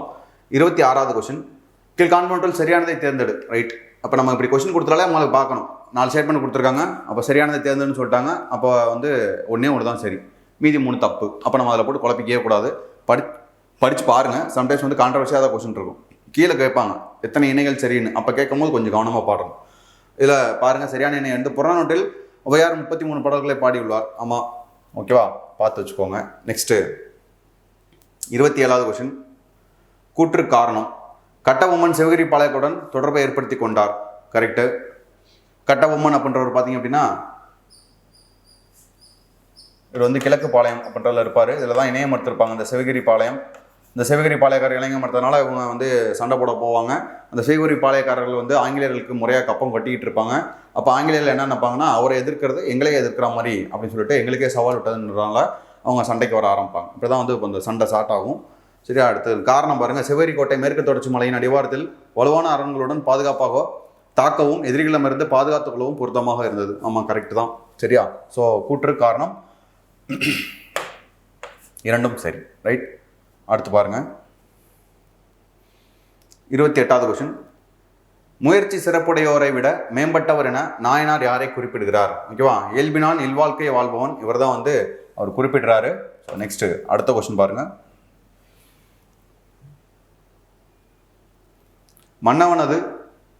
மன்னவனது படை வலிமையை அளிக்கும் ஆயுதம் எதுவென திருக்குறள் கூறுகிறது. ஏற்கனவே வந்து சொன்னாங்க, மன்னரோட அந்த ரொம்ப கஷ்டமாக கொடுங்கோன்மை நடத்துகிற ஒரு ஆட்சி தான் வந்து மக்களோட, அந்த மக்கள் வந்து அவ்வளோ கஷ்டப்படுறாங்க அந்த கொடுங்கோன்மையினால். அதுதான் வந்து மக்களை வந்து ஒன்று திரட்டி மன்னரை அழிக்கும் படையாக மாறும் அப்படின்னு சொல்லி ஒரு கொஸ்டினில் பார்த்தோம். இதுலேயும் அதே மாதிரி இருக்குது பாருங்கள். மன்னவனது படை வலிமையை அளிக்கும் ஆயுதம் எதுவென திருக்குறள் கூறுதுன்னா கடுஞ்சொல்லும் தண்டனையும். அதான் எவ்வளோ பெரிய மன்னனாக இருந்தாலும் என்ன விஷயம் அப்படின்னா, மக்கள் கொஞ்சம் முன்ன தான் இருப்பாங்க, என்ன பண்ணுறது, நம்ம தான் அட்ஜஸ்ட் பண்ணி போகணும் அப்படின்ட்டு. இதெல்லாம் ஏன் வச்சுருக்காங்கன்றதை பார்க்கணும். நாளைக்கு நம்மளும் வந்து ஒரு இடத்துல ஒரு வேலைக்கு போக போகிறோம், நமக்கு கீழேயும் சில இப்போ விஓவாக இருக்கோம்னா நமக்கு கீழே ஒரு கிராமம் இருக்க போகுது. ரைட்டா. அதுக்கு அடுத்த லெவல் ஆரையா போகிறோம் அப்படின்னா அதுக்கு கீழே நமக்கு கீழே ஒரு 2-3 விஓ வருவாங்க. அடுத்த லெவல் டெப்டி தாசில்தார், அடுத்த level RTO revenue divisional officer. இப்போ போகிறோம் அப்படின்னா ஒரு லிமிட்டுக்கு அப்புறம் ஒரு மாவட்டமே நமக்கு கீழே வரும். அப்போ எத்தனை கிராமங்கள், எவ்வளோ மக்கள், எத்தனை பேர் இருப்பாங்க, எல்லாரும் ஒரே மாதிரி இருக்க மாட்டாங்க. அப்படி எல்லாருமே நம்ம வந்து ஒரு சாக்ரிஃபைஸ் பண்ணவும் முடியாது. அப்போ எல்லாருமே நம்ம வந்து அனுசரித்து போய் தான் ஆகணும். ரைட்டாக. இதை தான் ஒரு குறளில் சொல்லுவாங்க, உலகத்தோடு ஒட்ட உலகள் பலகற்றும் கல்லா அறிவில்லாதாருன்னு. அப்போ வந்து நம்ம எந்த லெவலில் படிச்சுட்டே போகிறோமோ அதுக்கப்புறம் கூட வந்து மக்களையும் நிறையா விஷயங்கள் நம்ம புரிஞ்சுக்கணும். அப்போ மக்கள்கிட்ட வந்து நம்ம என்ன மாதிரி இருக்கக்கூடாது, ஒரு மன்னனாக இருக்கணும்ன்றது சொல்கிறாங்க பாருங்கள். கடுஞ்சொல்லும் தண்டனையும் இது இருக்கணும் தான். ஓகேவா. கடுஞ்சொல் இருக்கணும், அந்த தண்டனை இருக்கணும், இது எல்லாமே வந்து அளவோடு இருக்கணும் அப்படின்றது சொல்கிறாங்க. சரியா. ஓகே, பார்ப்போம். நம்ம படிக்கிறது எல்லாமே திருக்குறளை பொறுத்த வரைக்கும் நம்ம எடுத்துக்கணும். இதில் பாடத்திட்டத்தில் வச்சதுமே ரொம்ப நல்லது தான். நிறைய தடவை நீங்கள் கேள்விப்பட்டிருப்பீங்க. ஓகேவா. பாடத்திட்டம் மட்டும் இல்லாமல் நம்மளோட லைஃபுக்கும் இது உதவும். ஃபஸ்ட்டு ஸ்டார்ட் பண்ணுறது கஷ்டமாக தான் இருக்கும் ஒரு விஷயம், போக பழகிடும். ரைட்டா. அப்போ நம்ம வந்து பண்ண ஆரம்பித்தோன்னா ஈஸியாகிடும். ரைட். அடுத்து பாருங்கள், 30வது கொஸ்டின். இது கொஞ்சம் முக்கியமான கொஸ்டின். என்ன கொடுத்துருப்பாங்கன்னா, சென்னையில் நடந்த காங்கிரஸ் மீட்டிங் அதை காலவரிசைப்படுத்துங்க, யார் யார் எப்பப்போ இருந்தாங்க அப்படின்ட்டு நம்ம இதுக்கான எக்ஸ்ப்ளனேஷன் பார்ப்போம். சரி. அதுக்கு நான் ஒரு க்ளூ ஒன்று சொல்கிறேன், ஞாபகம் வச்சுக்கோங்க. ரைட்டா. ஓகே. இதில் வந்து மொத்தம் வந்து சென்னையில் நடந்த மாநாடுகள் அதில் வந்து நமக்கு 5 தான் கொடுத்துருப்பாங்க. நான் இருக்கிற மொத்தம் நடந்த எல்லா மாநாடுமே அதில் எழுதியிருக்கேன். சரியா, கவனிங்க. 1887 பக்ருதீன் தியாப்ஜி, எல்லாமே மெட்ராஸில் நடந்தது தான். ரைட். அடுத்து 1894 ஆல்பர்ட் வெப், 98 ஆனந்த் மோகன் போஸ், 1903 இதை மட்டும் சென்ட்ரா வச்சுக்கோங்க. ரைட்டா. அடுத்து 1908, 1914, 1927 இதில் வந்து ராஷ்பிகாரி கோஷும் பூபேந்திரநாத் போஸும் எம்ஏ அன்சாரி இருந்திருப்பாங்க. இதில் பாருங்கள் 7, 4, 8 இது ஒரு ஆர்டராக வருதா. சென்ட்ராக இருக்கிறது 1903. அடுத்து மறுபடியும் இது அப்படியே ரிவர்ஸில் போகுது பாருங்கள், 8, 4, 7. நீங்கள் வந்து அது ஆர்டர் தான் ஞாபகம் வச்சுக்கணும், வேறு இயரை போட்டு கன்ஃபியூஸ் பண்ணிடக்கூடாது. சரியா. கொஞ்சம் கவனமாக பார்த்துக்கணும். ரைட். அப்போ இதில் பாருங்கள், இதில் கொடுத்துருக்க ஆன்சர் படி கொஞ்சம் கவனமாக பாருங்கள். ஓகே, பார்ப்போம். கொடுத்துருக்க ஆன்சர் படி பாருங்கள். பக்ருதீன் தியாப்ஜி ஏற்கனவே நம்ம பார்த்தோம். ஓகேவா. இவர் தான் 1887 இருந்திருப்பார் சென்னை மீட்டிங். அப்போ ஃபர்ஸ்ட் ஆப்ஷன் 1. ரைட்டு. அடுத்து 2வது பாருங்கள் அப்படின்னா ஆல்பர்ட் வெப் எழுதிடுவோமா. 1887. அடுத்து 2வது ஆல்பர்ட் வெப். 1894. அடுத்து மூணாவது ஆனந்த் மோகன் போஸ். ஓகேவா, 1898. 748 ரைட்டா. அடுத்து 847, அவ்வளோதான் ரிவர்ஸில். அடுத்து நாலாவது யார் பாருங்கள். நாலாவது வந்து லால்மோகன் கோஷ். லால்மோகன் கோஷ் எப்போ வந்திருப்பார்? நம்ம ஏற்கனவே இடையில ஒருத்தர் வந்திருப்பார், அதை விட்டுருங்க. இந்த லால்மோகன் கோஷ் 1903. அடுத்து ராஷ்பிகாரி கோஷ் தான் கடைசியாக வரவர், 1914 வருவார். சரியா, ஞாபகம் வச்சுக்கோங்க. அடுத்து பாருங்கள்,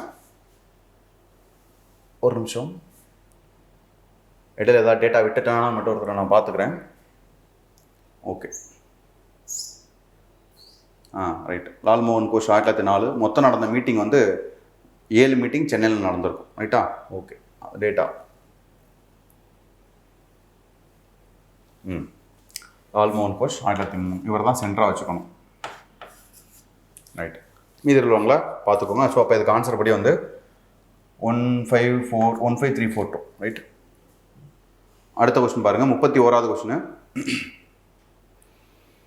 கீழ் காண்பவற்றில் தவறானதை தேர்ந்தெடு. தில்லையாடி வள்ளியம்மையை பற்றி கொடுத்துருவாங்க. நம்பிக்கை தான் அவரது ஆயுதம் என்று வள்ளியம்மை குறித்து காந்தியடிகள் இந்தியா ஒப்பீனியனில் குறிப்பிட்டுள்ளார். ஓகேவா, இதில் எது கேட்டிருக்காங்கன்னா தவறானது. இது கரெக்டு, முதல் பாயிண்ட்டு. கோஆப்டெக்ஸ் 600வது விற்பனை மையத்திற்கு தில்லையாடி வள்ளியம்மை பெயர் சூட்டப்பட்டுள்ளது. யார் இருந்திருப்பாங்கன்னா ஜெயலலிதா அவர்கள் இருந்திருப்பாங்க இங்கே சிஎம்மா. தென்னாப்பிரிக்கா வரலாற்றில் அவரது பெயர் நிலைத்து நிற்கும் என தனது தென்னிந்தியாவின் சத்தியாகிரகம் என்ற நூலில் காந்தியடிகள் குறிப்பிட்டுள்ளார். ஆக்சுவலாக வந்து இது தென்னிந்தியாவின் சத்தியாகிரகம் அப்படின்றது வராது, இது வந்து தென்னாப்பிரிக்கான் சத்தியாகிரகம்னு வரும். இந்த டேட்டாவுமே தப்பாக தான் இருக்குது. சரியா, அதை கொஞ்சம் பார்த்துக்கோங்க. இதில் ஆப்ஷன் இந்த வார்த்தை தப்பாக இருக்குது. அடுத்து தமிழ்நாடு அரசு சென்னை தியாகராயனரில் தில்லையாடி வள்ளியம்மைக்கு சிலை நிறுவியுள்ளது. ஆக்சுவலாக வந்து தியாகராயனரில் வந்து தில்லையாடி அப்படின்ற பகுதி, இந்த தில்லையாடின்றது முன்னாடி நாகப்பட்டினத்தில் இருந்திருக்கும். இப்போ வந்து மயிலாடுதுறை மாவட்டம் பிரிச்சப்போ இது வந்து மயிலாடுதுறை மாவட்டத்தில் மாறி இருக்கும். ரைட்டா, ஸோ இந்த லாஸ்ட் ஆப்ஷன் மட்டும் கொஞ்சம் பேரை கவனமாக பார்த்துங்க. ரைட். அடுத்து பாருங்கள், 32வது கொஸ்டின். கீழ்காணும் நிகழ்வுகளை காலவரிசைப்படுத்துக. Very good. வஉசி பற்றி கேட்டிருக்காங்க. வஉசி பற்றி ஏற்கனவே நம்ம ஒரு பாடலும் பார்த்தோம். வஉசி பற்றி ஏற்கனவே ஒரு கண்டென்ட், ஒரு கொஸ்டின் ஒன்று பார்த்தோம். எக்ஸ்பிளனேஷன் பார்ப்போமா? ரைட். ஓகே, இதில் பாருங்கள் ஆர்டர். முதல்ல ஆர்டரில் என்ன அப்படின்னா, ஃபஸ்ட்டு அவரோட என்ன கேட்டிருக்காங்க ஒரு கொஸ்டினாக பாருங்கள். கொஸ்டினை பார்த்துட்டு அதுக்கப்புறம் இதில் எக்ஸ்பிளனேஷன் பாருங்கள். கோரல் நூற்பாலை வேலை நிறுத்தம். இந்த கோரல் நூற்பாலை வேலை நிறுத்தம் டேட்டோட ஞாபகம் வச்சிங்க. முதல்ல February 23, 1908. சரியா, February 23, 1908. February 23, 1908. ரைட்டா. அடுத்து சுதேசி நீராவி கப்பல் கம்பெனி, இவங்க எப்போ ஸ்டார்ட் பண்ணியிருப்பாங்கன்னா October 16, 1906. 1906.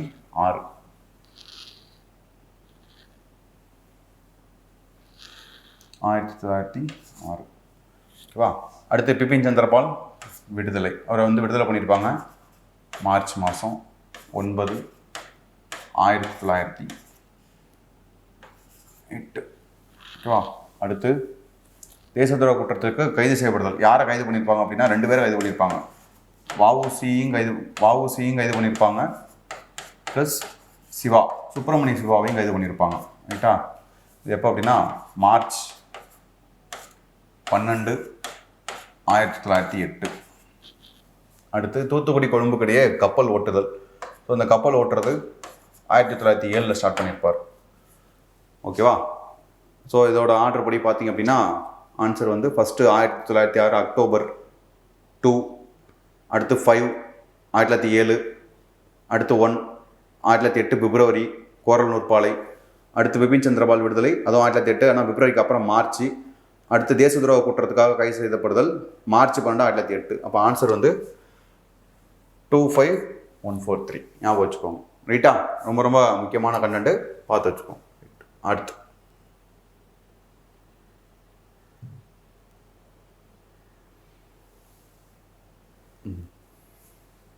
அடுத்து பாருங்க 33வது கொஸ்டின்.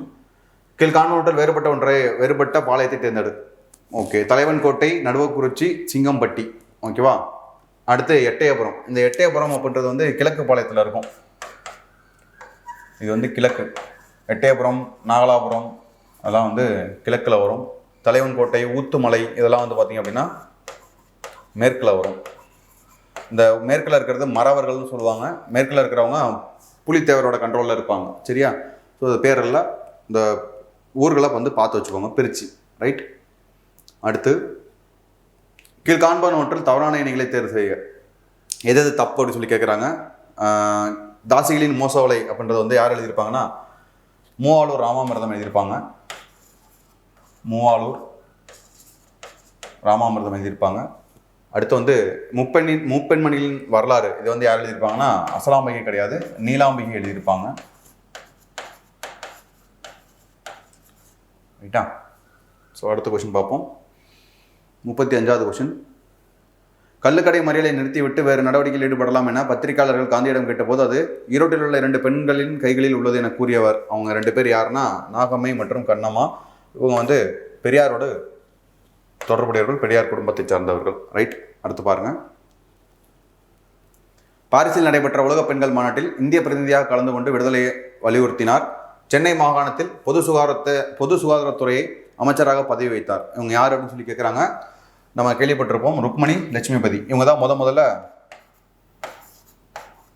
உப்புக்காக வரி கட்டின முதல் பெண். இவங்க தான் ருக்மணி லட்சுமிபதி, ஞாபகம் வச்சுக்கோங்க. இவங்க தான் வந்து டிஎஸ்எஸ் ராஜன் அவங்க வீட்டிலேருந்து கிளம்பி வேதாரண்யத்துலேருந்து திருச்சியிலேருந்து வேதாரண்யம் உப்பு சத்தியாரம் போவாங்க. அப்போ அங்கே இடம்பெற்றவங்கள ருக்மணி லட்சுமிபதியும் உண்டு. ரைட். அடுத்து பாருங்கள். ஸோ இதில் வேறு கொஸ்டின் இதில் பார்க்கலாம் அப்படின்னா பத்மாசினி அம்மாள் அவங்களை பார்க்கலாம் அப்படின்னா பத்மாசினி அம்மாள் வந்து நீல் ஸ்டாச்சு நீல் சிலை அகற்றும் போராட்டத்தில் ஈடுபட்டிருப்பாங்க. அவங்க பெண்ணும் அதில் அவங்களோட குழந்தையும் இருந்திருப்பாங்க. சரோஜினி நாயுடு இவங்க வந்து 1925 ஐஎன்சி மாநாடில் கான்பூரில் இடம்பெற்றிருப்பாங்க. அடுத்து முத்துலட்சுமி ரெட்டி, இவங்க தான் முதல் பெண் மருத்துவர், சட்ட மேலவைக்கு தேர்ந்தெடுத்திருப்பாங்க. இவங்களை வந்து 1921 கவுன்சில் சட்டம், இந்த 1921 கவுன்சில் சட்டம் தான் இவங்களை வந்து மெம்பர் ஆஃப் லெஜிஸ்லேட்டிவ் கவுன்சில் தேர்ந்தெடுக்கப்பட்ட ஃபஸ்ட்டு பெண். இவங்களை இந்த மாதிரி தேர்ந்தெடுக்கிறதுக்கு எந்த சட்டம் உதவி இருக்கும் அப்படின்னா இந்த 1921 கவுன்சில் சட்டம் தான். அதுக்கப்புறம் முத்துலட்சுமி ரெட்டி, அப்புறம் அவங்க வந்து தேவதாசி ஒழிப்பு சட்டம் மசோதா போட்டிருப்பாங்க. அது 2 கான்ட்ரவர்சி 1929, 30 இருக்கும். இன்னொன்று வந்து 1947 சட்டமாக இருக்கும். ஓகேவா? இந்த மாதிரி சில டீட்டெயில்ஸ் கொஞ்சம் பார்ப்போம். நெக்ஸ்ட், தமிழ்நாட்டில் குற்றப்பரம்பரை சம்பவங்களின் பாதுகாவலராகவும் பாதிக்கப்பட்ட சமூகங்களுக்கு எண்ணற்ற சேவைகளை செய்தவர் யார் அப்படின்னு கேட்டிருக்காங்க. George Joseph. இவர் வந்து ரோசாப்பூ துறை அப்படின்னு சொல்லுவாங்க. ரோசாப்பூ துறை. ஒரு அடுத்து சத்தியமூர்த்தி தான் ஆன்சரு. சத்தியமூர்த்தி வந்து காமராஜரோட குரு. ரைட்டா? அடுத்து ராஜாஜி கேள்விப்பட்டிருப்போம். ராஜாஜி தான் 1937 39 தமிழ்நாடோட ஃபஸ்ட்டு காங்கிரஸோட சிஎம். ரைட்டா? அதுக்கடுத்து அவரோட புத்தகங்கள்லாம் நிறையா இருக்கும். ஓகேவா? பார்ப்போம்.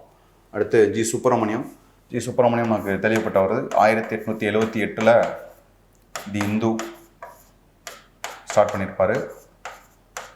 ஓகேவா? ரைட். அடுத்து 38வது கொஸ்டின் பாருங்கள். சாரி,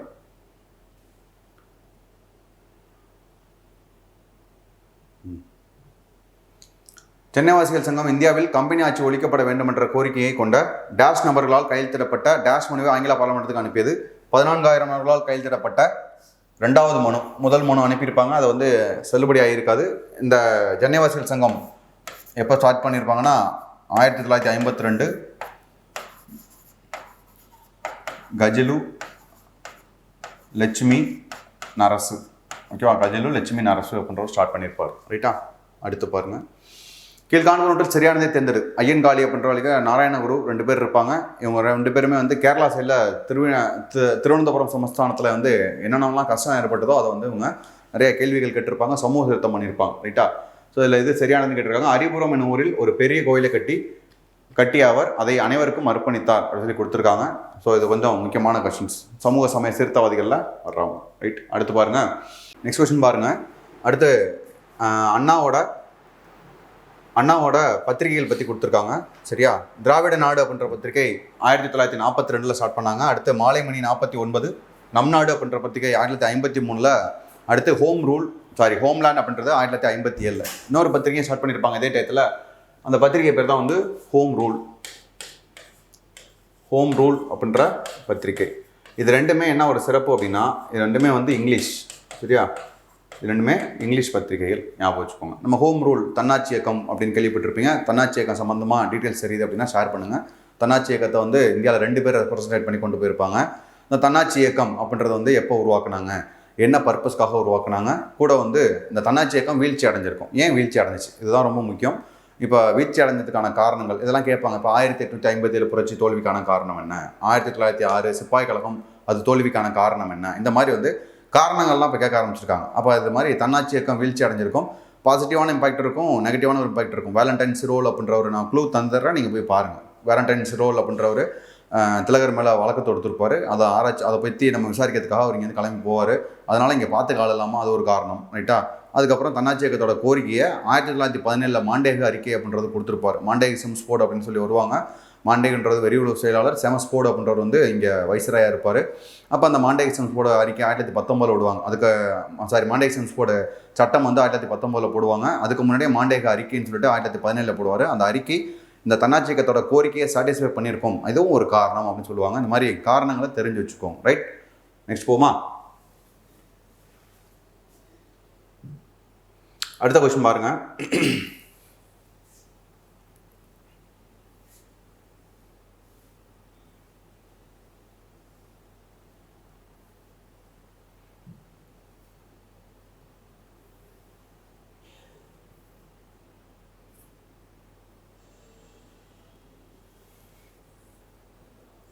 அடுத்த கொஸ்டின் பாருங்க, 41வது கொஸ்டின். டிசம்பர் 1916 விக்டோரியா பொது அரங்கில் நடைபெற்ற கூட்டத்தில் பிராமணர் அல்லாதோர் அறிக்கையை எழுதி வெளியிட்டவர் யார் அப்படின்னு சொல்லி கேட்குறாங்க. ஸோ இந்த அறிக்கை வந்து ரொம்ப முக்கியம், அடிக்கடி வந்து கொஸ்டின்ஸ் கேட்குறது. இதுதான் வந்து நீதி கட்சியோட தோற்றம். ஓகேவா? 1916 நவம்பர் 20. ரைட்டா? ஸோ இந்த தியாகராயர் அப்படின்றது தான் இது பண்ணியிருப்பார். ஸோ இந்த டைம் தான் 1916 நவம்பர் 20 என்ன பண்ணியிருப்பாங்க அப்படின்னா, முதல்ல சவுத் இந்தியன் லிபரல் ஃபெடரேஷன் அப்படின்னு சொல்கிறாங்க. சவுத் இந்தியன் லிபரல் ஃபெடரேஷன் அப்படின்ற ஸ்டார்ட் பண்ணியிருப்பாங்க. இதுக்கப்புறம் தான் வந்து இந்த பொது அரங்கில் வந்து டிசம்பர் 1916 இதோட அறிக்கையை வெளியிட்டிருப்பார். யார் அப்படின்னா தியாகராயர். இந்த நீதி கட்சி தான் அதுக்கப்புறம் நாளடைவில் அப்படியே டிஎம்கே ஏடிஎம்கேன்னு சொல்லிட்டு வளர ஆரம்பிச்சிருக்கும். ரைட், அடுத்த கொஸ்டின் பாருங்கள். 42வது கொஸ்டின். கீழ்காண்பவற்றில் தவறான எண்ணிகள் தேர்ந்தெடு. ஓகேவா? மொத்தம் ஒரு 4 ஸ்டேட்மெண்ட் கொடுத்துருக்காங்க. அதில் எது சரி எது தவறுன்னு கேட்டிருக்காங்க. ரைட், பார்ப்போம். இந்து சமய அறநிலை சட்டம், தொழிற்சாலைகள் உதவி சட்டம், பணியாளர் தேர்வு வாரியம், அண்ணாமலை பல்கலைக்கழகம். ரைட்டா? இதில் வந்து தவறான எண்ணை எதுன்னு சொல்லி கேட்டிருக்காங்க. இதில் வந்து பணியாளர் தேர்வு வாரியம் 1924 கரெக்டாக. அப்போ பனகல் அரசர் தான் இருந்திருப்பார். அவரோட முழு பேர் பனங்கட்டி ராமராய நிங்கர் அப்படின்னு சொல்லுவாங்க. இந்த பணியாளர் தேர்வு வாரியம்ன்றதை அடுத்து என்ன பண்ணுவாங்க அப்படின்னா, தமிழ்நாட்டில் இந்தியாவிலே முதல்ல தான் அந்த பணியாளர் தேர்வு வாரியம் முதல்ல தொடங்கியிருப்பாங்க 1924. அடுத்து இவங்களை பார்த்துட்டு நம்மளை பார்த்துட்டு சென்ட்ரல்லையும் ஸ்டார்ட் பண்ணுவாங்க. பணியாளர் தேர்வு வாரியம் தான் அது பேரும். அது வந்து 1926. இது வந்து மத்திய அரசுக்காக. இப்போ யூபிஎஸ்சி இருக்கா, அதோட ஸ்டார்டிங் அதான் 26. ரைட்டா? நம்ம ஊரில் 24 இப்போ டிஎன்பிசி. அடுத்து 1929 இது என்னவா மாறும் அப்படின்னா பணியாளர் தேர்வு ஆணையமாக மாறும். அடுத்து 1956 57 அந்த டயத்தில் வந்து எப்படி மாறும்னா MPSC Madras public service commission அப்படின்னு சொல்லிட்டு மாறும். மறுபடியும் அடுத்து 1969 தமிழ்நாடு அரசு பணியாளர் தேர்வு ஆணையம் அப்படின்னு சொல்லிட்டு பேர் மாறும். இப்போ நம்மளோட டிஎன்பிசியோட வரலாறு இதுதான். ரைட், பேர் மாற்றம் வரலாறு ஞாபகம் வச்சுக்கோம். அடுத்து இதில் உள்ள கண்டென்ட் பார்ப்போம். இது வந்து கரெக்டான கண்டென்ட், இயர் என்னன்றதை கவனமாக பாருங்கள். ரைட், தொழிற்சாலைகள் உதவி சட்டம் எப்போ நிறைவேற்றிருப்பாங்கன்னா 1951. இதுக்கு வேறு பேர் தொழில்கள் மேம்பாடு மற்றும் ஒழுங்குமுறை சட்டம். அடுத்து இந்து சமய அறநிலைத்துறை சட்டம் 1923 ஸ்டார்ட் பண்ணியிருப்பாங்க. இந்து சமயம் மற்றும் அறநிலை வாரியம் அப்படின்றத படி தொடங்கியிருப்பாங்க. எப்போனா 1925 வாரியம் அப்படின்ற தொடங்கினது 25, சட்டம் வந்து 23. இயர்களை கொஞ்சம் கவனமாக பார்த்துங்க. ரைட், அடுத்து பாருங்கள். 1937 ராஜாஜியின் இந்தி கட்டாய பாடமாக்கப்படும் என்ற அறிவிப்பை எதிர்த்து முதல் இந்தி எதிர்ப்பு மாநாடு பாரதிதாசன் மற்றும் மறைமலையாடிகளால் எங்கு நடைபெற்றது அப்படின்னா 1937 திருச்சியில் நடைபெற்றிருக்கும். ரைட்டா? 37. இதுக்கப்புறம் இன்னொரு கொஸ்டின் பார்ப்போம். 1939 பார்த்தீங்க அப்படின்னா பெண்கள் யார் யாரெல்லாம் கலந்துக்கிட்டாங்க அப்படின்னு சொல்லிட்டு கொடுத்துருப்பாங்க. அந்த டீட்டெயிலும் நம்ம மறுபடியும் பார்ப்போம். ரைட், அடுத்து பாருங்கள். மேக்ஸிமம் கொஸ்டின்ஸ் எல்லாமே பார்த்து எழுதுகிற மாதிரி இருக்குது. இதில் எப்படி கொஸ்டின்ஸாக ஃப்ரேம் பண்ணியிருக்காங்க அப்படின்னா, நிறைய விஷயங்கள் நம்ம வந்து ரீகால் பண்ணுற மாதிரியும் புதுசாக தெரிஞ்சுக்கிற மாதிரி எப்படி இருக்குன்னா, ஓகே இந்த இயரா அப்படின்றத நம்ம கன்ஃபார்மாக தெரிஞ்சுக்கணும். ரீகால் பண்ணுற மாதிரி தான் எல்லாமே உங்களுக்கு கொஸ்டின் ஃப்ரேம் பண்ணியிருக்காங்க. எதுவுமே வந்து ரொம்ப டிஃபிகல்ட்டாக இல்லை. கொஸ்டின் உங்களுக்கு ஆன்சர் தெரிஞ்சுன்னா அப்படியே டக்குன்னு ரீகால் பண்ணுறது கூட வந்து இயரா எல்லாமே வந்து கரெக்டாக பார்த்துக்கணும். ரைட்டா, பார்த்துக்கணும். அடுத்து 44வது கொஸ்டின் பாருங்கள். 1965 ஜனவரி 26ஆம் நாள் திராவிட முன்னேற்ற கழகம் துக்க தினமாக அனுசரித்தது. சரியா, அடுத்து இந்திய அரசியலமைப்பு சட்டத்தின் உறுப்பு 343 படி இந்தி மொழி நாட்டின் அலுவலக மொழியாக ஆக்கப்பட்டது. சரியா, இதை ஏன் சொல்லியிருப்பாங்க அப்படின்னா, இந்தி வந்து அலுவல் மொழியாக ஆக்கியிருப்பாங்க. நம்ம பாலிட்டியில் பார்க்கும்போது பார்த்துருப்போம். அலுவலக மொழி சட்டம் 1963 முதல்ல போட்டிருப்பாங்க. அடுத்து அதை திருத்தியிருப்பாங்க. 1967 திருத்தியும் போது ஹிந்தியும் இங்கிலீஷும் காலவரையின்றி இங்கே ஆட்சி மொழியாக தொடரும் அப்படின்னு சொல்லி பார்ப்பாங்க. அதே மாதிரி ஆட்சி மொழி சம்மந்தமாக நம்ம பார்க்க வேண்டியது வேறு கண்டென்ட்னா, அஃபிஷியலுக்காக உள்ள ஷெடியூல் என்னன்னு கேட்டாங்கன்னா 8 ஷெடியூல். அடுத்து பார்ட்டு, எந்த பார்ட்டில் வந்து அஃபிஷியல் லாங்குவேஜ் பற்றி கொடுத்துருக்காங்கன்னா பார்ட்டு 11. சரியா, இதெல்லாம் கொஞ்சம் ஞாபகம் வச்சுங்க. இதுக்கப்புறம் வந்து அஃபிஷியல் லாங்குவேஜில் வேறு என்னென்ன முக்கியம் இருக்கும்னா, இதுக்கப்புறம் அஃபிஷியல் லாங்குவேஜ் மொத்தம் எத்தனை இருக்குது நம்ம ஊரில்? ஆரம்பத்தில் வந்து 14 இருந்திருக்கும். ஓகேவா, அதுக்கடுத்து 15வது மொழி சிந்தி மொழி. அடுத்து 16, 17, 18வது மொழி. ஓகேவா, கொங்கணி, மணிப்புரி, நேபாளி. அடுத்து 19, 20, 21, 22 போடோ, டோகிரி, மைதிலி, சாந்திலி. ரைட்டா, ஸோ இதை கொஞ்சம் பார்த்து வச்சுக்கோங்க. ஒரு நிமிஷம். ஓகே, ஸோ அது வந்து லாங்குவேஜ், அஃபிஷியல் லாங்குவேஜ். இது வந்து சட்ட திருத்தம் 21வது கான்ஸ்டியூஷன் அமெண்ட்மெண்ட் ஆக்டில் 15வது லாங்குவேஜ் சேர்த்துருப்பாங்க. அடுத்து 71வது கான்ஸ்டியூஷன் அமெண்ட்மெண்ட் ஆக்டு, அதில் வந்து 16, 17, 18வது மொழி சேர்த்துருப்பாங்க. 19, 20, 21, 22வது மொழி பார்த்தீங்கன்னா 2003 92வது கான்ஸ்டியூஷன் அமெண்ட்மெண்ட் ஆக்டில் சேர்த்துருப்பாங்க. சரியா, ஞாபகம் வச்சுக்கோங்க. இது வந்து இயர் வந்து 1967 ஞாபகம் வச்சுக்கோங்க. ரைட், சரி, அடுத்து போமா. 45வது கொஸ்டின் பாருங்க. தமிழ்நாட்டில் கிலாஃபத் நாள் எப்போது தொடங்கப்பட்டது மற்றும் அக்கூட்டத்திற்கு தலைமை தாங்கியவர் யார்? 1920 ஏப்ரல் 17. தெரிஞ்ச விஷயங்கள் தான் நமக்கு. ஓகேவா, ஓகே. யாருன்னா மௌலானா சௌகத் அலி. 2 பேர் இருப்பாங்க, அலி சகோதரர்கள். மௌலானா முகமது அலி அப்படின்னு ஒருத்தர் இருப்பார். அடுத்து சௌகத் அலி அப்படின்னு ஒருத்தர் இருப்பார். இந்த சௌகத் அலி தான் ஒரு 3 கோரிக்கைகள்லாம் 3 முழக்கங்களை வெளியிட்டிருப்பார். ஓகேவா, 3 முழக்கங்கள் என்ன அப்படின்னா, அல்லாஹோ அக்பர் அப்படின்னு சொல்லியிருப்பார். அடுத்து வந்தே மாதரம் அப்படின்னு சொல்லியிருப்பார். அடுத்து ஹிந்து முஸ்லீம் ஒற்றுமை ஓங்குக, இந்து முஸ்லீம் ஒற்றுமை ஓங்குக அப்படின்னு சொல்லியிருப்பார். ரைட்டா, ஞாபகம் வச்சுக்கோங்க. அடுத்து தன்னாடு விளைந்த வெண்ணல் தந்து பிறநாட்டு உப்பின் கொள்ளை சுற்றி என்று பண்டமாற்று வணிகத்தை பற்றி கூறும் நூல் எது அப்படின்னா நற்றிணை. ஞாபகம் வச்சுக்கோங்க. இந்த நற்றிணையில் நிறைய விஷயங்கள் முக்கியமாக சொல்லியிருப்பாங்க. அது மாதிரி வந்து ஒருத்தர் வீடு கதவை சாத்த போகிறாங்க நைட்டு அப்படின்னா, அது யாராவது வாசலில் உட்காந்துருக்காங்களா, பசியோடு இருக்காங்களா அப்படின்னு சொல்லிட்டு போய் பார்க்கணும் அப்படின்றது ஒன்று சொல்லியிருப்பாங்க. அதுக்கப்புறம் வந்து பார்த்திங்கன்னா இன்னொன்று வந்து காலின் 7 அடி பின் சென்று வழங்குதல். ஒருத்தர் வீட்டிலேருந்து ஒரு கெஸ்ட் வந்துட்டு போகிறாங்க அப்படின்னா, எப்படா போவாங்கன்னு போய் கதவை சாத்தி விடாமல் அவர் போகிற வரைக்கும் போய் வாசலில் விட்டுட்டு இறங்கி விட்டுட்டு வரணும் அப்படின்றதெல்லாம் சொல்லியிருப்பாங்க. இந்த மாதிரி நூல்களோட மேற்கோள்கள்லாம் கொஞ்சம் கவனமாக பார்த்து வச்சுக்கோங்க. ரைட், அடுத்து பாருங்கள். பொறுத்துக பட்டினத்தார் பாராட்டிய மூவர், பரமானு புராணம், பாஞ்சாலி சபதம் பாடிய பாரதி, உழுபவருக்கே நில உரிமை இயக்கம். ஸோ இதெல்லாம் கொஞ்சம் முக்கியமாக இருக்கும். இந்த உழுபவருக்கே நில உரிமை இயக்கம் இந்த கிருஷ்ணமால் ஜெயகாந்தன் அப்படின்றத தொடங்கியிருப்பாங்க. ரொம்ப முக்கியம். அடுத்து வேறு முக்கியமான இதில் கண்டுட்டு வந்து பார்த்தீங்கன்னா எல்லாருமே முக்கியம் தான். இதில் பார்க்க வேண்டியதெல்லாம் கொஞ்சம் கவனமாக பார்த்துங்க. உழுபவருக்கே நிலம், இதுதான் வந்து முக்கியம். ஸோ இதுபடி ஆன்சர் வந்து பட்டினத்தார் பாடிய வந்து நீலாம்பிகை வருவாங்க. பரமானு புராணம் வந்து ராஜேஸ்வரி அப்படின்றவங்க வருவாங்க. பாஞ்சாலி சபதம் ராஜம் கிருஷ்ணன் அப்படின்றது பார்த்திங்க அப்படின்னா இந்த வேருக்கு நீர் அப்படின்ற விஷயத்துலையும் இந்த சாகித்ய அகாடமி விருது வாங்கினதும் பார்த்துருப்பாங்க. நூல் ஒன்று எழுதியிருப்பாங்க. ரைட்டா, அடுத்து உழுவருக்கு நில இயக்கம் கிருஷ்ணமால் ஜெயகாந்தன். ரைட், அடுத்து பார்ப்போம்.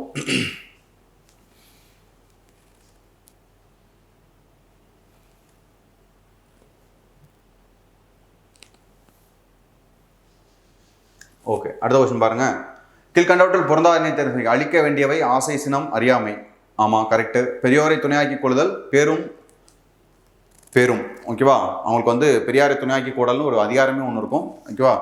நஞ்சை கொடுத்தாலும் உண்ணும் பண்பாளர், பிற நன்மையை கருதுபவர், ஆராயாத மன்னன் நாட்டின் வளத்தை பெருக்குவான். ஆராயாமல் ஒரு விஷயத்தை பண்ணுறாங்கன்னா அவங்க நாட்டோட வளத்தை வந்து பெருக்க மாட்டாங்க, வளம் என்று குன்றி போயிடும். ரைட்.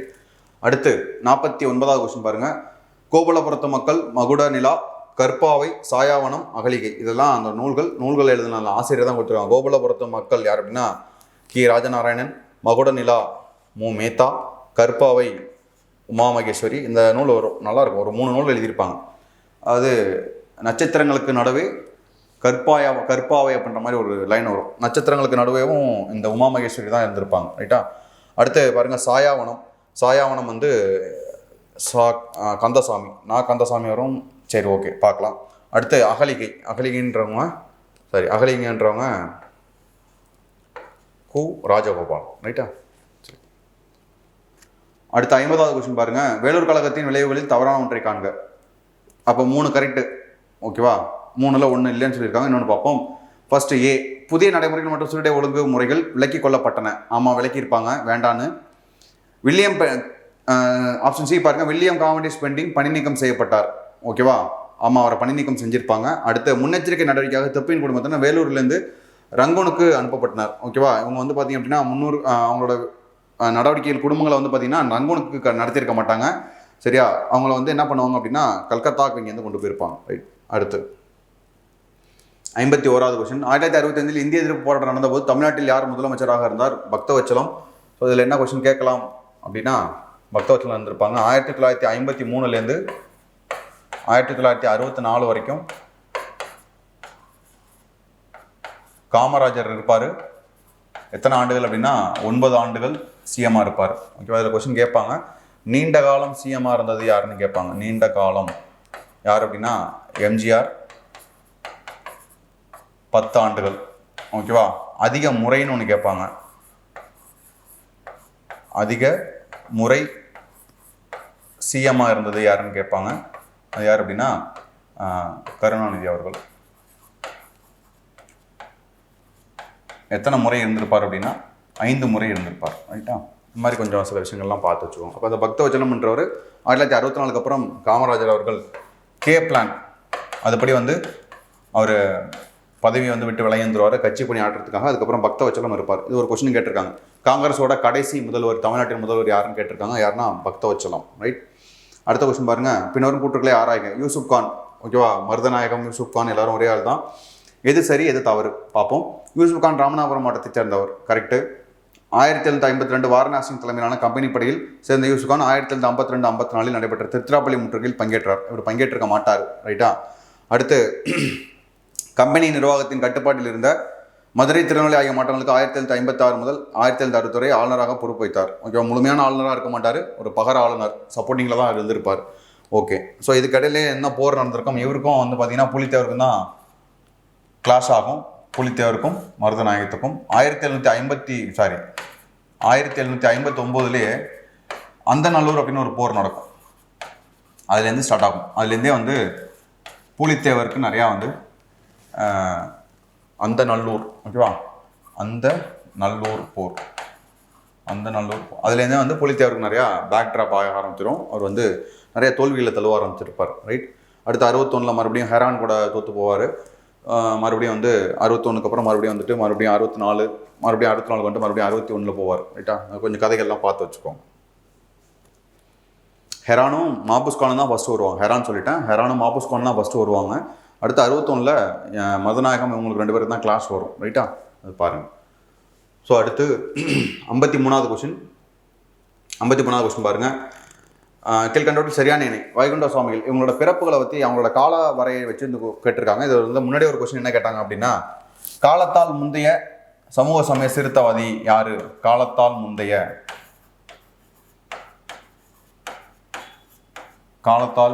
அப்படின்னு ஒரு கொஸ்டின் கேட்டாங்க. ஒரு 4 ஆப்ஷன் கொடுத்துட்டு யார் அப்படின்னு. அதில் ஆப்ஷன், அந்த கொஸ்டின் ஆன்சர் வந்து யார் அப்படின்னா இரட்டைமலை அப்படின்னு வந்திருந்தார். இரட்டைமலை சீனிவாசன். இதில் இன்னொரு கொஸ்டின் கேட்டிருந்தாங்க. எப்படி கேட்டிருந்தாங்க அப்படின்னா 4 பேர் ஆப்ஷனை கொடுத்துட்டாங்க. பெரியார், அதுக்கப்புறம் சமூக சமய சீர்திருத்தவாதிகள் இருக்கிற ஐயன்காளி, வைகுண்ட சுவாமிகள், அதுக்கப்புறம் அம்பேத்கர், அவங்களெல்லாம் கொடுத்துட்டு இரட்டைமலை சீனிவாசன் அந்த ஆப்ஷனில் கொடுத்துருந்தாங்க. அப்போ கொடுக்கும்போது அதில் வந்து இந்த சமூக சமய சிறுத்தவாதிகளில் வந்து மிகவும் முற்பட்டவர் அப்படின்ற மாதிரி ஒரு கொஸ்டின் எடுத்தாங்க. அதுக்கும் வந்து ரெட்டமலை சீனிவாசன் வருவார். இதை எதை பற்றி எடுக்கிறாங்க, எதை பேஸ் பண்ணி எடுத்தாங்கன்னா அவங்களோட பிறப்பு இறப்பு, ஓகேவா, அந்த பிறப்பை பேஸ் பண்ணி தான் எடுத்துருந்துருக்காங்க. ரைட்டா? அடுத்து பாருங்கள், இதற்கான ஆன்சர் வந்து என்ன அப்படின்னா எல்லாமே சரி, அவங்களோட காலவரையறை கரெக்டாக கொடுத்துருக்காங்க. அடுத்து, புதுச்சேரிக்கு அருகில் உள்ள அரிக்கைமேடு என்னும் இடத்தை அகலாய்வு செய்த தொல்லிய அகலாய்வு அறிஞர்கள் பொருந்தாதவர் யாருன்னு கேட்டிருக்காங்க. யார் அப்படின்னா ஆர்டி சஹானி, ஓகேவா. இந்த ஆர்டி சஹானின்றவர் இங்கே வரமாட்டார். அவர் வந்து ஹரபா அங்கே வந்து ஆராய்ச்சி பண்ணும்போது வந்திருப்பார். மீதி இருக்கிற 3 பேர் வந்து வருவாங்க. ஆரியம் வீலர், இந்த ஆரியம் வீலர்ன்றவர் எப்போ வந்து அகலாய்வு வந்திருப்பார்னா 1945 வந்திருப்பார். அடுத்து எம்ஏ கசால், எல்லாமே ஒரே இடம் தான், அரிக்கைமேடுக்கு தான் வந்திருப்பாங்க. ரைட்டா? எம்ஏ கசால் அப்படின்றவர், ஜேஎம் கசால் அப்படின்றவர் 1947 1950 வரைக்கும் வருவாங்க. அடுத்து ஏ கோஷ் அப்படின்றவர் 1954 55 கடைசியாக அவர் தான் வந்து ஆராய்ச்சி பண்ணியிருப்பார். ஓகேவா? எல்லாமே ஒரே ஒரு புதுச்சேரிக்கு அருகில் உள்ள அரிக்கைமேடு. ரைட்? அடுத்த கொஸ்டின் பாருங்கள், ஞானபீட விருது பெற்ற தமிழ் எழுத்தாளர்கள் யாருன்னு கேட்டிருக்காங்க. ஜெயகாந்தன் மற்றும் அகிலன். ஓகேவா? இதை கொஞ்சம் பார்த்துக்கோங்க. சாகித்ய அகாடமி விருது மாதிரி ஞானபீட விருதும் ரொம்ப முக்கியம். வீரபாண்டிய கட்டபொம்மனின் காலத்தின் போது இந்தியாவின் கவர்னர் ஜெனரலாக இருந்தவர் யார்? வெல்லஸ்லி நம்ம ஏற்கனவே ஆரம்பிச்சிருப்பாங்க. துணைப்படை திட்டம், இந்த துணைப்படை திட்டத்துக்கு முன்னோடி எது அப்படின்னா வாரன் ஹாஸ்டிங்ஸ் அப்படின்னு ஒருத்தர் கொண்டு வந்திருப்பார். ஓகேவா? வாரன் ஹாஸ்டிங்ஸோட ரிங் ஃபென்ஸ் பாலிசின்னு சொல்லுவாங்க. ரிங் ஃபென்ஸ் பாலிசி, சுற்றுவேலி கொள்கை அப்படின்னு சொல்லுவாங்க. ரிங் ஃபென்ஸ் பாலிசி இதுதான் வந்து இந்த துணைப்படை திட்டத்துக்கு முன்னோடி திட்டம். இது வந்து வாரன் ஹாஸ்டிங்ஸ் கொண்டு வந்திருப்பார். துணைப்படை திட்டம் கொண்டு வந்தது வெல்லஸ்லி கொண்டு வந்திருப்பார். ரைட்டா? அதே மாதிரி டல்ஹவுசி கொண்டு வந்திருப்பார். ஒன்று அது வந்து வாரிசலப்பு கொள்கை அப்படின்னு அவரை ஞாபகம் வச்சுக்கோங்க. ரைட்?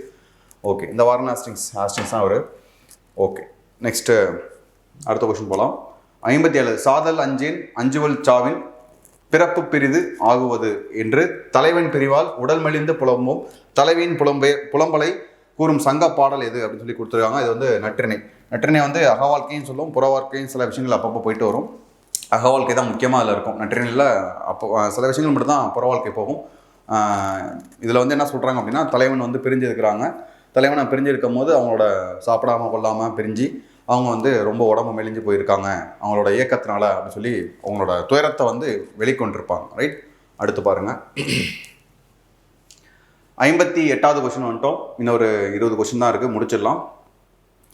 குறிஞ்சி முல்லை மருதம் நெய்தல் பாலை, இதோட அந்த கருப்பொருள் அப்படின்னு சொல்லி கொஸ்டின் கேட்டிருக்காங்க. இதோட கருப்பொருட்கள் குறிஞ்சி முல்லை மருதம் நெய்தல். குறிஞ்சி அப்படின்றது புணர்தல் நிமித்தலும். அடுத்த முல்லை பெரிதல் நிமித்தமும், மருதம் உடல் நிமித்தமும், நெய்தல் அப்படின்னா இரங்கல் நிமித்தமும், பாலை அப்படின்னா இருத்தலும்,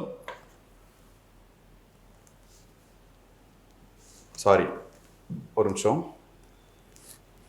திரும்ப பார்க்கலாம், அவசரமாக பார்த்தா அப்படி தான் மிஸ்டேக் ஆகும்.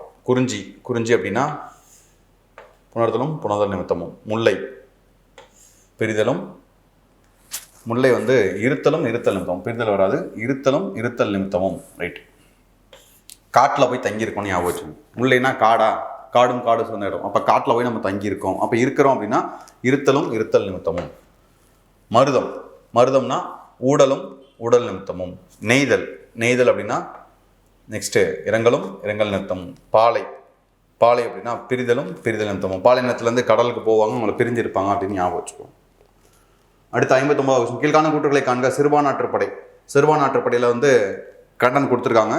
இதில் பார்ப்போம், மொத்தம் 269 பாடல்கள் இருக்கும். கரெக்டு தான். இது எந்த மன்னனை பற்றி கொடுத்துருப்பாங்க அப்படின்னா நல்லிய கோடான் அப்படின்றவரை பற்றி கொடுத்துருப்பாங்க. இது 15 கீழ்கணக்கு நூல்கள்னு உங்கள் புக்கில் இதில் கொஸ்டினில் கொடுத்துருப்பாங்க. இது வந்து 15 மேல்கணக்கு நூல்கள். ஓகேவா? 15 மேல்கணக்கு நூல்களில் 2 இருக்கும். ஓகேவா? அந்த 2 என்னென்ன ஹெட்டிங் அது பாருங்கள். ஓகேவா? அந்த கீழே இருக்கிற நூல்களில் முக்கியமாக அப்படி கொஸ்டின் கேட்குறாங்க அப்படின்னா மேற்கோள்கள் முக்கியமாக கொஸ்டின் கேட்பாங்க. 8 தொகை 10 பாட்டுகள் இருக்குன்னா அதோட மேற்கோள்கள் என்ன இருக்குது, 8 தொகை பாடல் என்ன இருக்குது. இதில் உங்களுக்கு ஒரு கொஸ்டின், இதில் வந்து மலைபாடு கடாமம் அப்படின்னு ஒரு நூல் இருக்கும். அந்த மலைபாடு கடாமோட வேற ஒரு பேர் என்ன அப்படின்னு சொல்லி பாருங்கள். அதோட பாடல் அடிகள். அதே மாதிரி 8 தொகை நூல்கள், அதுக்கப்புறம் வந்து 10 பாட்ட நூல்கள். இந்த 10 பாட்ட நூல்களில் முதல்ல வந்து எந்த பாடலுக்கு வந்து கொண்டு வந்திருப்பாங்க, அதை வந்து முதல்ல வைத்து என்னப்படும் நூல் எது. அதே மாதிரி இந்த 10 பாட்ட நூல்களில் வந்து முக்கியமாக அதோட அடி வரையறை, சிறிய நூல் எது, பெரிய நூல் எது. ஓகேவா? ஆற்றுப்படை நூல்களில் சின்னது எது, ஆற்றுப்படை நூல்களில் பெருசு எது. இந்த மாதிரி கண்டென்ட்டெல்லாம் நீங்கள் வந்து கமெண்ட் பண்ணுங்கள், நம்ம பார்ப்போம், டிஸ்கஸ் பண்ணுவோம். ரைட்? அடுத்து பாருங்கள், மைசூர் படைக்கும் தீரன் சின்னமலைக்கும் இடையே போர் நடைபெற்ற இடம் நொய்யல். இதை நம்ம ஏற்கனவே பார்த்தோம். ஓகேவா? காவிரி ஓடாமல் நொய்யை அறுத்திட்டு வா அப்படின்னு ஒரு ஷார்ட்கட் சொன்னா இந்த வருஷம் எந்த வருஷம் திரும்ப அதை ஞாபகப்படுத்துங்க. ஓகேவா? 1801, 2, 3, 4. அப்போ அந்த 3 நாளில் எந்த வருஷம் இந்த நொய்யல் ஆற்றங்கரை போர் வருதுன்னு சொல்லுங்கள். 61வது கொஸ்டின் பாருங்க. கீழ்காண்பவர்களில் அவர்களின் திட்டத்தோடு பொருந்தாதவர்களை தேர்வு செய்க. திட்டத்தோடு பொருந்தவர்கள் மருத்துவர் தர்மாம்பாள் அம்மையார் விதவை மறுமணம், ஈவேரா மணியம்மை ஏழை விதவை மகளின் திருமண உதவி திட்டம், முத்துலட்சுமி ரெட்டி ஆதரவற்ற பெண் பிள்ளைகளுக்கு திருமண உதவி திட்டம், அன்னை தெரசா கலப்பு திருமண உதவி திட்டம். இதை நீங்கள் பார்க்கும்போதே ஞாபகம் வச்சுக்கலாம். ரைட்டா? முத்துலட்சுமி ரெட்டி கலப்பு திருமணம். ஓகேவா? அன்னை தெரசா ஆதரவற்றோர், முத்துலட்சுமி ரெட்டி ரொட்டியில் ஏதோ கலந்துட்டாங்க. சும்மா அவங்க பேரை ஞாபகத்துக்காக சொல்கிறேன். ரைட்டா? கிண்டலுக்காக எடுத்துக்கூடாது.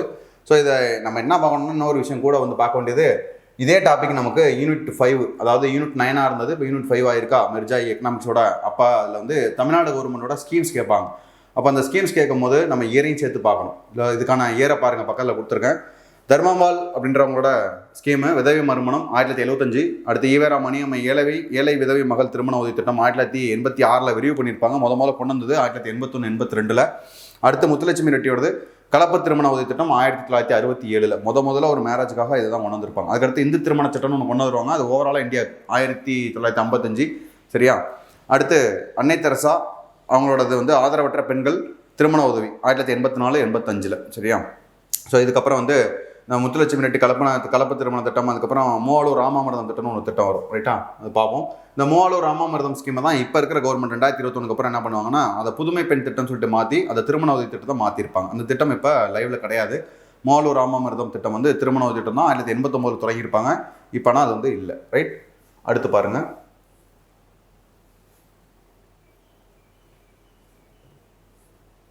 நீதி கட்சி டேசாம் ஆண்டு தமிழ்நாடு வேண்டும் என்ற தீர்மானம் ஏற்றது 1938. ஏன்னா இந்த டைம்ல தான் வந்து அவங்க என்ன பண்ணுவாங்கன்னா தமிழ்நாடு தனியாக வேணும், இந்த மாதிரி உலக போர் இதெல்லாம் போயிட்டு இருக்கு, செட் ஆகாதுங்க, பிரித்து கொடுத்துருன்னு சொல்லி கேட்பாங்க. இந்த டைமில் ராஜாஜி இருந்தப்போ என்ன பண்ணிப்பாருன்னா மும்மொழி கொள்கைன்றதை அறிமுகப்படுத்துவார். அப்போ இந்திய எதிர்ப்பு அப்படின்றது ரொம்ப முக்கியமாக போனதுனால இந்த தனிநாடு அப்படின்ற விஷயத்தை விட்டுட்டு அதுக்கப்புறம் என்ன பண்ணுவாங்கன்னா அண்ணாவோட தலைமையில் வந்து சரி ஓகே நம்ம வந்து என்ன பண்ணலாம்னா இந்த இந்திய எதிர்ப்பு போராட்டத்தை கொண்டு போவோம்னு சொல்லிட்டு ஸ்டார்ட் பண்ணுவாங்க. ரைட்? அடுத்து வேறு இதில் முக்கியமான டீட்டெயில் என்ன சொல்லலாம் அப்படின்னா இந்த 1935 நம்ம அந்த 42 ஏற்கனவே பார்த்தோம். Quit India movement. ரைட்டா? 37 ராஜாஜி ஆட்சிக்கு வந்திருப்பார். 1935 நமக்கு தெரிஞ்சது தான். 1935 இந்திய அரசு சட்டம், கவர்மெண்ட் ஆஃப் இந்தியன் ஆக்ட். இதை வந்து நேரு என்னன்னு சொல்லியிருப்பாருன்னா அதை ஞாபகம் வச்சிங்க, ரொம்ப முக்கியமான கொஷின். நேரு இந்த இந்திய அரசு சட்டத்தை அடிமைகளின் பட்டயம் அப்படின்னு சொல்லியிருப்பார். நேரு வந்து 1935 இந்திய அரசு சட்டத்தை அடிமைகளின் பட்டயம் அப்படின்னு சொல்லுவார். ஓகேவா? ஒரு தடவை நான் அப்படியே காஃபி சாப்பிட்றதுக்காக அப்படியே போயிட்டு இருந்தேன். சும்மா காஃபி குடிச்சிட்டு இருக்கும்போது பாடல்கள் ஓடிட்டு இருந்தது. கொஞ்சம் ரிலாக்ஸ் பண்ணலாமேன்னு சொல்லி கேட்டுட்டு இருந்தேன். ஒரு மன்மதன் அப்படின்னு நினைக்கிறேன் அந்த படத்தில் உள்ள ஒரு பாடல், ஜோதிகா பாடுவாங்க. ஒரு சும்மா ரீகால்காக வச்சிங்க. நான் அப்படியே கேட்டுகிட்டே இருக்கேன். இதில் இடையில இந்த ஒரு லைன் வருது. இந்த லைன் வரும்போது உண்மையாகவே நான் படித்தது வருதா இல்லை உண்மையாகவே அந்த படத்தில் லைன் இருக்கான்றது எனக்கு டவுட் ஆகிட்டு. அப்போ மறுபடியும் 2வது ரவுண்டு வெயிட் பண்ணி மறுபடியும் கேட்குறேன். மறுபடியும் அதே லைன் ரிப்பீட் ஆகுது. ஓகேவா? என்ன சொல்லுவாங்கன்னா அடிமைகள் சாசனம் எழுதி தருகிறேன் என்னையும் ஏற்றுக்கொள்ளு, மன்மதனே நீ கலைஞந்தான், மன்மதனே நீ கவிஞந்தான்னு ஒரு பாட்டு வரும். அதில் வந்து ஒரு லைன் வரும், அடிமைகள் சாசனம் எழுதி தருகிறேன் என்னையும் ஏற்றுக்கொள்ளுன்னு அந்த ஜோதிகா அவங்க பாடுவாங்க. ஸோ அந்த லைனை பார்க்கும்போது எனக்கு இந்த அடிமைகள் பட்டயம்ன்றதை அந்த ஏறு அந்த சொன்ன மேற்கோள்கள் இந்த 1935 இந்திய அரசு சட்டம்ன்றது எனக்கு ஞாபகத்தில் வந்துச்சு. சரி, அந்த மாதிரி நம்ம படிக்கும் போது நம்ம சுற்றி இருக்கிற இந்த மாதிரி ஏதாவது விஷயங்களோட கனெக்ட் பண்ணிட்டீங்கன்னா படிக்கிறது போர் அடிக்காமல் இருக்கும். ரைட்டா? ஜாலியாக படிக்கலாம், ஞாபகம் வச்சுக்கோங்க. ரைட்? அடுத்து போவோம். அடுத்து குறளை நிறைவு செய்க. வருமுன்னர் காவாதான் வாழ்க்கை, எரிமுன்னர் வைத்தோறு போல கெடும். ரைட்டா? வைத்தோறு போல கெடும், ஞாபகம் வச்சுக்கோங்க. இதுக்கு என்ன மீனிங் சொல்கிறாங்க அப்படின்னா ஏதோ ஒரு பிரச்சனை நடக்க போகுது, அதுக்கு முன்னாடியே தெரிஞ்சுட்டு நம்ம அதை வந்து ப்ரிகாஷனாக நிறைய விஷயம் நம்ம பண்ணலை அப்படின்னா வைக்கலுக்கு பக்கத்தில் வச்சிருக்க நெருப்பு மாதிரி காற்றுல பறந்து அந்த நெருப்பு பற்றிக்கும் அப்படின்ற மாதிரி நமக்கும் அந்த பிரச்சனை வந்து பரவிடும் அப்படின்னு சொல்கிறாங்க. ரைட்? அடுத்து 64வது கொஸ்டின், இன்னும் ஒரு 10 கொஸ்டின் தான் முடிச்சிடலாம். ஓகே. ஸோ இப்போ நீங்கள் என்ன பண்ணணும்னா லைட்டாக ஸ்பீட் பண்ணிக்கோங்க. ஆல்ரெடி நான் ஸ்பீடாக தான் சொல்லிக்கிட்டு இருக்கேன். ஸோ முக்கியமான கண்டென்ட்டாக கொஞ்சம் கடன்னு பார்த்துருங்க. ரீகால் தான் ரொம்ப முக்கியம். இந்த லாஸ்ட் டைமில் இந்த லாஸ்ட் ஒரு மாதத்தில் எது ரொம்ப முக்கியம் அப்படின்னா ரிவிஷன் பார்த்துக்கிட்டே இருக்கணும். கூட வந்து புதுசாக படிக்கணுமா வேணாமான்னா படிங்க, ஆனால் ரொம்ப போட்டு ஸ்ட்ரெஸ்ஸாக ஏற்றிக்காதீங்க, அப்படியே பார்த்துட்டே வாங்க.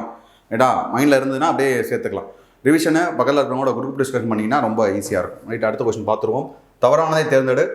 3 விஷயம் கரெக்டாக, 1 மட்டும் தப்பு. இந்த கொஸ்டின் தான் நம்ம ஏற்கனவே சொன்ன பார்ப்போம்ட்டு. 1939 மொழிப்பேரணியில் கலந்து கொண்ட ஒரே பெண்மணி மூவாலூர் ராமாமிர்தம். ஆக்சுவலாக வந்து ஒரு ஆள் இருக்க மாட்டாங்க, கிட்டத்தட்ட ஒரு 7 பேர்கிட்ட வருவாங்க. பார்ப்போம் இங்கே யார் யார் அப்படின்னா, ஃபஸ்ட்டு பாருங்கள், நாராயணி அப்படின்றவங்க, வி தாமரைக்கணி, அடுத்து தர்மாம்பாள், நம்ம எஸ் தர்மாம்பாள் பட்டுருமா, இவங்க தான் வந்து பெண்கள் மாநாடு, அதில் வந்து பெண்கள் மாநாட்டில் பெரியார்ன்ற பட்டம் கொடுத்துருப்பாங்க. இவர் பேரும் கொடுப்பாங்க, நீலாம்பிகை பேரும் கொடுத்துருப்பாங்க. ஸோ இவர் தான் நம்ம ஒரு தடவை டிஎன்பிசி ஆன்சரில் இருந்தாங்க. அடுத்து வந்து பட்டம்மாள், இவங்க தான் வந்து ஆடுவோமே பல்லல் பாடுவோமேன்னு சொல்லிட்டு அந்த பாடல்கள் பாடியிருப்பாங்க. அடுத்து சீத்தாம்பாள், அடுத்து முன்னகர் அழகியார் அப்படின்றவங்க, அடுத்து மலர் முகத்தம்மையார், இவங்க எல்லாருமே வந்து கலந்துட்டு இருப்பாங்க. இவங்க கூடவே வந்து பார்த்திங்க அப்படின்னா மூவாலூர் ராமாமிர்தமும் கலந்துருப்பாங்க. ஓகேவா, ஞாபகம் வச்சுக்கோங்க. மொத்தம் மூவாலூர் ராமாமிர்தம் மூவாலூர் ராமாமிர்தம் மட்டும் கிடையாது, அவங்க கூட வந்து ஒரு 6-7 பேரும் சேர்ந்து இருந்திருப்பாங்க. ரைட், அடுத்த 65வது கொஸ்டின் பாருங்கள். கீழடியில் நகரமயமாதல் தொடங்கிய அதே காலத்தில் எந்த பகுதியில் நகரமயமாதல் தொடங்கியது? கங்கை சமவெளியில் தொடங்கியிருக்கும். ஓகேவா, நம்ம ஏற்கனவே பார்த்துருப்போம். ஓகேவா, சிந்து சமவெளி பார்க்கும்போது சிந்து சமவெளி ஒரு நகர நாகரிகம், அதுக்கப்புறம் வந்த வேதகாலம் அப்படின்றது கிராம நாகரிகம் அப்படின்னு சொல்லி பார்ப்போம் ஹிஸ்ட்ரியில். அப்போ அந்த கீழடி நாகரிகம் தொடங்கும் போது அது வந்து ஒரு கங்கை சமவெளியிலும் ஒரு நகர நாகரிகம் தொடங்கியிருக்கு. ஞாபகம் வச்சுக்கோங்க. நீங்கள் இதெல்லாம் பார்க்கும்போது சிந்து சமவெளியோட எல்லைகள் பார்க்கணும். ஓகேவா, கிழக்கு, மேற்கு, வடக்கு, தெற்கு. கிழக்கு வந்து ஆலம் கிருபோர், மேற்கு வந்து சுட்கா ஜெண்டர், வடக்கு வந்து ஷார்ட்டுகை, தெற்கு வந்து தைமாபாத்.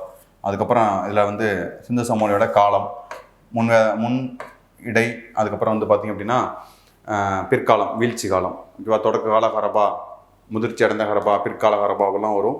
இதுக்கூட சமகாலம் இருக்கிறது, எகிப்து நாகரிகம், சீன நாகரிகம், நைல், அந்த மாதிரி விஷயங்கள்லாம் வரும். அதெல்லாம் கொஞ்சம் கவனமாக பார்க்கணும். ரைட், அடுத்து இதில் முக்கியமாக சிந்து சமவெளி நாகரிகத்தோட வீழ்ச்சி, இந்த மாதிரி வீழ்ச்சிகளுக்கான காரணம் அதான் முக்கியம். ஏற்கனவே அந்த வீழ்ச்சிகளை பற்றி சொன்னேன், கிளர்ச்சியோட தோல்வி காரணம் சொன்னேன். அந்த மாதிரி ரீசெண்ட் டைமில் கொஸ்டின் கேட்குறாங்க, பார்த்துக்கோங்க. ரைட், 66வது கொஸ்டின் பாருங்கள். கீழ்காண்ப நோட்டில் தவறான இணைகளை தேர்வு செய்க. துலுக்கர்பட்டி மற்றும் உக்கிரன்கோட்டை, திருநெல்வேலி மாவட்டம், தலச்சங்காடு மற்றும் தரங்கம்பாடி, நாகப்பட்டினம், பட்டறை பெரும்புதூர் மற்றும் பரிக்குளம். ஓகேவா, இது வந்து கிருஷ்ணகிரி வராது, இது வந்து என்ன வரும் அப்படின்னா வேலூர். அடுத்து மயிலாடும்பாறை மற்றும் சென்னானூர். ஓகேவா, மயிலாடும்பாறை இது வந்து கோவையில் வரும். ரைட், அடுத்து இந்த இதுதான் வந்து தப்புன்னு கொடுத்துருக்காங்க. அடுத்த கொஸ்டின் பார்ப்போம். 67வது கொஸ்டின்.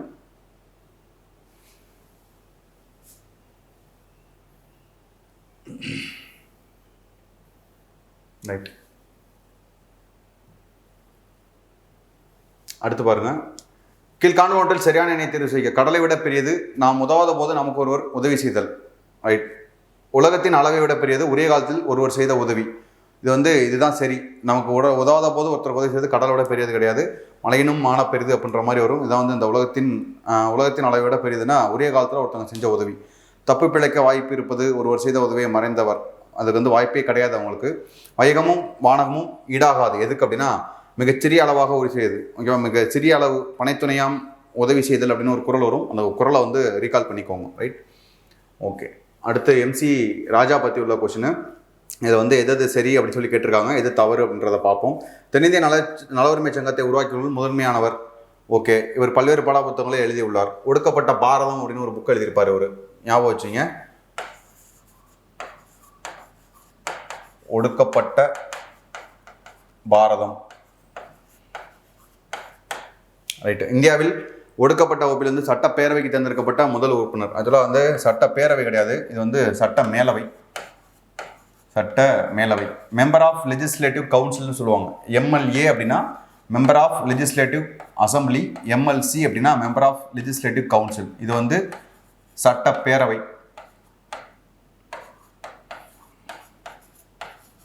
இது வந்து மேலவை. பேரு தான் இது பேரவை, ஆனால் இது வந்து கீழவை. சரியா, கன்ஃபியூஸ் பண்ணிக்க கூடாது, ஞாபகம் வச்சுக்கோங்க. உங்களுக்கு வர ஒரு ஆர்டிக்கல் ஒரு கொஸ்டின் கேட்கவா, இதில் பாருங்கள், அமைச்சரவையில் ஒரு கொஸ்டின் கேட்கவா? இதில் வந்து மொத்தம் இருக்கிற அமைச்சரவையில் எத்தனை சதவீதத்துக்கு மேலே வந்து அமைச்சரவை உறுப்பினர் தாண்டக்கூடாது, இது எந்த சட்டத்திருத்தத்தில் சொல்லியிருப்பாங்க, எந்த வருஷம், ஓகேவா? ஓகே, அப்போ மினிமம் எத்தனை பேர் இருக்குன்னா மேக்ஸிமம் எத்தனை பேர்? இதான் கொஸ்டின், பார்த்து வச்சுட்டு சொல்லுங்கள், ஓகேவா? என்ன கொஸ்டின் அப்படின்னா, மொத்தம் இருக்கிற எம்எல்ஏ இப்போ 234 பேர் இருக்காங்களா? இப்போ அந்த 234 பேரில் மேக்ஸிமம் எவ்வளோ பேர் வந்து இங்கே வந்து அமைச்சர்களாக இருக்கலாம், மினிமம் எவ்வளோ பேர் இருக்கலாம்? இது வந்து எந்த கான்ஸ்டியூஷன் அமெண்ட்மெண்ட்டில் சொன்னாங்க, எந்த இயரில் சொன்னாங்க, இது வந்து கமெண்ட் பண்ணுங்க. ரைட்டா? ரைட். அடுத்து பாருங்கள், இன்னொரு 4-5 கொஷின்ஸ் நான் முடிச்சிடலாம். ஒருவன் செல்வம் பெற்றதால் பெற்ற பயனாக வள்ளுவம் உரைப்பது யாது? என்ன அப்படின்னா, சுற்றத்தால் சுற்றப்பட்ட ஒழுகல். அதாவது சுற்றி இருக்கிறவங்க நம்மளை கூடி வருவாங்க அப்படின்னு சொல்கிறாங்க. காசு வந்தால் எல்லோரும் வருவாங்கன்னு. ரைட்டா? அப்படி இல்லை, நல்ல மனசு இருந்தாலும் வருவாங்க, வெயிட் பண்ணுவோம், ஓகேவா? லேட் ஆகும் ஆனால் வருவாங்க. ரைட். அடுத்து சங்க காலத்தில் மாடை என்பதன் பொருள். மாடை அப்படின்னா காசுகள், ஓகேவா? மாடை அப்படின்னா காசுகள். அடுத்து கூற்று காரணம் கொடுத்துருக்காங்க. திருக்குறள் மனிதர்களின் அன்றாட வாழ்க்கையில் தாக்கத்தை ஏற்படுத்துகிறது. காரணம், மனிதர்கள் திருக்குறளின் மூலப்பொருளான அகிம்சை, மதச்சார்பின்மை, சகோதரத்துவம் ஆகியவற்றை பின்பற்றுகின்றனர். ஓகேவா? இது கூற்று காரணத்தை பார்க்கணும் அப்படின்னா எப்படி கவனிக்கிறது? கூற்று காரணம் ஒரே மாதிரி இருக்குது, குழப்பமாக இருக்குது, எப்படி கண்டுபிடிக்கிறது அப்படின்னா, கூற்று கரெக்டாக இருக்கான்னு முதல்ல பாருங்கள். திருக்குறள் மனிதர்களின் அன்றாட வாழ்க்கை தாக்கத்தை ஏற்படுத்துது தான், ஓகேவா? காரணம் பாருங்க, மனிதர்கள் திருக்குறளின் மூலப்பொருளாக அகிம்சை, மதச்சார்பின்மை, சகோதரத்துவம் ஆகியவற்றை பின்பற்றுகின்றனர். ஓகேவா? இப்போ காரணத்தை படிங்க முதல்ல, அப்புறம் கூற்றை படிங்க. இந்த காரணத்தை இந்த கூற்று விளக்குது அப்படின்னா கூற்று காரணம் ரெண்டும் சரி. முதல்ல இது ரெண்டும் சரியானு பார்த்துடணும். கூற்று சரி, சில இடங்களில் காரணம் தவறுன்னு வரும். அப்போ பார்க்கும்போது ரெண்டுமே சரியாயிடுச்சுன்னா கூற்ற காரணமாகவும் காரணத்தை கூற்றாகவும் படித்து பாருங்கள். இந்த கண்டிஷனை சாட்டிஸ்ஃபை பண்ணிச்சுன்னா ரெண்டும் விளக்குது. அப்போ இதை படித்தாங்கன்னா இது வந்து விளக்கம், ஓகேவா? படிக்காமல் நான் திருக்குறளே படிக்கலையே அப்புறம் எப்படி என் வாழ்க்கையில் தாக்கத்தை ஏற்படுத்துதுன்னு கேட்கக்கூடாது, ஞாபகம் வச்சு. அடுத்த கொஸ்டின் பொறுத்துக. நீலகண்ட பிரம்மச்சாரி அப்படின்றது சூரியோதயம், ரொம்ப முக்கியமான ஆள். இவர் தான் வந்து ஆஷ் படுகொலையில் முதல் குற்றவாளி, ஃபஸ்ட்டு அக்யூஸ்டு இவர் தான். அடுத்து பாரத மாதா சங்கம் ஆரம்பிச்சிருப்பார். பாரத மாதா சங்கத்தில் தான் நம்மளோட வாஞ்சிநாதன் வந்து பயிற்சி எடுத்திருப்பார். அவருக்கு கைத்துப்பாக்கி பயிற்சி வந்து வாவேஸ் ஐயர் கொடுத்துருப்பாரு. ப்ரௌனிங் துப்பாக்கி, இந்த கதைகள்லாம் இருக்கும், நல்லாயிருக்கும் பாருங்கள். அடுத்து ஜிஏ நடேசன் அப்படின்றவர் வந்து இந்தியன் ரிவ்யூ அப்படின்ற பத்திரிகை. அடுத்து ரா கிருஷ்ணமூர்த்தி அப்படின்றவர் ஆனந்த விகடன் அடிக்கடி நமக்கு ஃபேமஸாக தெரிஞ்சது. அடுத்து டிஎஸ் சொக்கலிங்கம் தினமணி அப்படின்ற பத்திரிகை. ரைட்டாக? அந்த தினமணின்றதெல்லாம் நம்ம பாரதியார் பற்றி, வஉசி பற்றி பார்த்தோம் தெரியுமா? அதில் வந்து தினமணியில் சில விஷயங்கள்லாம் எழுதியிருப்பார், அதெல்லாம் பாருங்கள். அடுத்த கொஷின் 73வது கொஷின். சுயமரியாதை கருத்துக்களை சிறப்பான முறையில் பிரச்சாரம் செய்த பெரியாரின் நாளேடுகளில் பொருந்தாதது எது அப்படின்னு சொல்லி கேட்குறாங்க. எது பொருந்தாது அப்படின்னா, பகுத்தறிவுன்றது பொருந்தாது, மீது எல்லாத்தையுமே பொருந்தது. ரைட்? இதோட வரிசையை பார்த்து வச்சுக்கோங்க. ஷார்ட்கட்டு தான். குறிப்பு பவி, அடுத்து ஊன்னு வரும். ரைட்டா? கூனா குடியரசு, ரீனா ரிவோல்ட்டு புரட்சி, பானா பகுத்தறிவு, வீணா விடுதலை, ஊனா உண்மை. இதை மட்டும் 1970 போட்டிருப்பாங்க, ஞாபகம் வச்சுங்க. இந்த கொஷின் உங்களுக்கு என்ன அப்படின்னா, குடியரசு இதை வந்து மட்டும் சொல்கிறேன், 1925.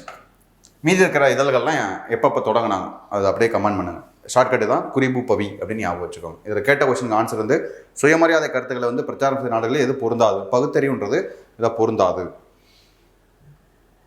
அடுத்து, நவீன தமிழகத்தில் தோன்றிய முதல் சமூக சீர்திருத்தவாதியாக கருதப்படுபவர் யார்? அதாவது கொஸ்டின் தான் சொன்னோன்னா, தமிழகம் அப்படின்னா எல்லாருமே ஆன்சராக வருவாங்க, ஆனால் கொஸ்டின் பார்க்கும்போது கொஞ்சம் டவுட் ஆகிடும். ரைட்டா? வைகுண்ட சுவாமிகள். ரைட். அடுத்த லாஸ்ட் கொஸ்டின் முடிஞ்சு. ஸோ இதுக்கப்புறம் நீங்கள் சக்ஸஸ்ஃபுல்லாக எழுதிருப்பீங்க அப்படின்னு நம்புகிறேன். ஸோ அடுத்தடுத்த கொஸ்டின்ஸும் வந்து இனிமேல் வரப்போகிறதும் கொஞ்சம் எழுதுங்க. நம்ம எப்படி கவர் பண்ணணும் அப்படின்னா, ஒரே விஷயம் மட்டும் கொஞ்சம் கவனமாக பாருங்கள். உங்களுக்கு வேர் டு ஸ்டடி கொடுத்துருப்பாங்க. குரூப் 2 எழுதுகிறவங்க, குரூப் 4 எழுதுகிறவங்க, குரூப் 1 எழுதுகிறவங்க எல்லாருமே இதை கவனிச்சுக்கணும், ஓகேவா? இப்போ ஒரு சோர்ஸ் இருக்குது, ஒரு விஷயத்தை அவங்க நீங்கள் படிக்கிறது கொடுத்துருவாங்க. இப்போ அடுத்த டெஸ்ட் வந்து இப்போ பாலிட்டியில் வந்து பஞ்சாயத்து ராஜ், அடுத்த தேர்தல்கள்னு கொடுத்துருக்காங்கன்னு வச்சுக்கோங்களேன். தேர்தல் அப்படின்றத நீங்கள் படிக்கணும். ஏதோ ஒரு விஷயம், இந்த தேர்தல் படிக்கணும் அப்படின்னா ஃபஸ்ட்டு நம்மளோட ஸ்கூல் புக்கில் எங்கே இருக்குது அதை கவர் பண்ணணும். அடுத்து நெட் சோர்ஸில் மெட்டீரியல், அடுத்து ப்ரீவியஸ் இயர் கொஷின், அடுத்து கரண்ட் அஃபேர்ஸ். இந்த ஆர்டரில் நீங்கள் கவர் பண்ணிங்கன்னா போர்ஷனை கவர் பண்ணிடலாம். ரைட்டா? போர்ஷன் கவர் பண்ணுற விஷயம் தான். எங்கே இந்த கொஷின் வருது, என்ன பண்ணுறது அப்படின்றத குழப்பிட்டு இருக்கக்கூடாது. கரண்ட் அஃபேர் கொஷின்ஸ்லாம் வரும்போது நீங்கள் இந்த ஆர்டரில் சிலபஸ் வைஸ் பார்த்துட்டே வாங்க. சிலபஸை கவர் பண்ணிங்கன்னா புக்கு கவர் ஆகிடும். புக்கை மட்டும் கவர் பண்ணிங்கன்னா சிலபஸ் கவர் ஆகாது. இப்போ தேர்தல்னு இருந்துச்சுன்னா நீங்கள் ஸ்கூல் புக்கில் பார்க்கும்போது உங்களுக்கு 9th புக்லேயும் 11th புக்லேயும் மட்டும்தான் இருக்கும். ஆனால் மீதி இருக்கிற இந்த கண்டென்ட்லேருந்து ஏதாவது கொஸ்டின் கேட்குறான்னு வச்சுங்க. இப்போ தேர்தல் சம்மந்தமாக ஒரு 4-5 ஆப்லாம் வந்து இப்போ ரிலீஸ் பண்ணியிருக்காங்க 2024. அப்போ அந்த ஆப் சம்மந்தமாக கொஸ்டின் கேட்குறோன்னா அதுவும் தேர்தல் தான். ரைட்டா? அப்போ நம்ம வந்து கவனமாக சிலபஸை எப்படி கவர் பண்ணுறதை பார்க்கணும். டைம் இல்லை அப்படின்னு வந்து நம்மளா காரணம் தேடாதீங்க. காரணத்தை தேடிக்கிட்டே இருந்தோன்னா காரணம் தேடிக்கிட்டே தான் இருக்கணும். கடைசி வரைக்கும் இருக்கிற டயத்தை நம்ம எப்படி யூட்டிலைஸ் பண்ணலாம் அதை மட்டும் கவனமாக பாருங்கள். ரைட்டா? அப்போ வந்து நம்ம போர்ஷனை கவர் பண்ணணும். கவர் பண்ணுறதுக்கு நம்மக்கிட்ட என்ன வேணும் பண்ணலாம் அப்படின்னா மெட்டீரியல் முதல்ல வேணும். மெட்டீரியல் எங்கேருந்து ரெடி பண்ணணும் அப்படின்னா இதான் சோர்ஸ். இந்த சோர்ஸை கவனமாக பார்த்துக்கோங்க. அதை ஒன்று ஒன்றா கவர் பண்ணிட்டே வாங்க. பண்ண ரிவிஷன் பார்த்துட்டே வாங்க. ஒரு ஆள் ஒரு நேரத்தில் 10 பக்கம் படிக்க முடியும். எனக்கு ஒரு பக்கம் தான் படிக்க முடியும்னா ஒரு பக்கத்தை படிச்சுட்டு அதில் என்ன படித்தோன்னு ஜஸ்ட் வந்து இமேஜின் பண்ணி பாருங்கள்.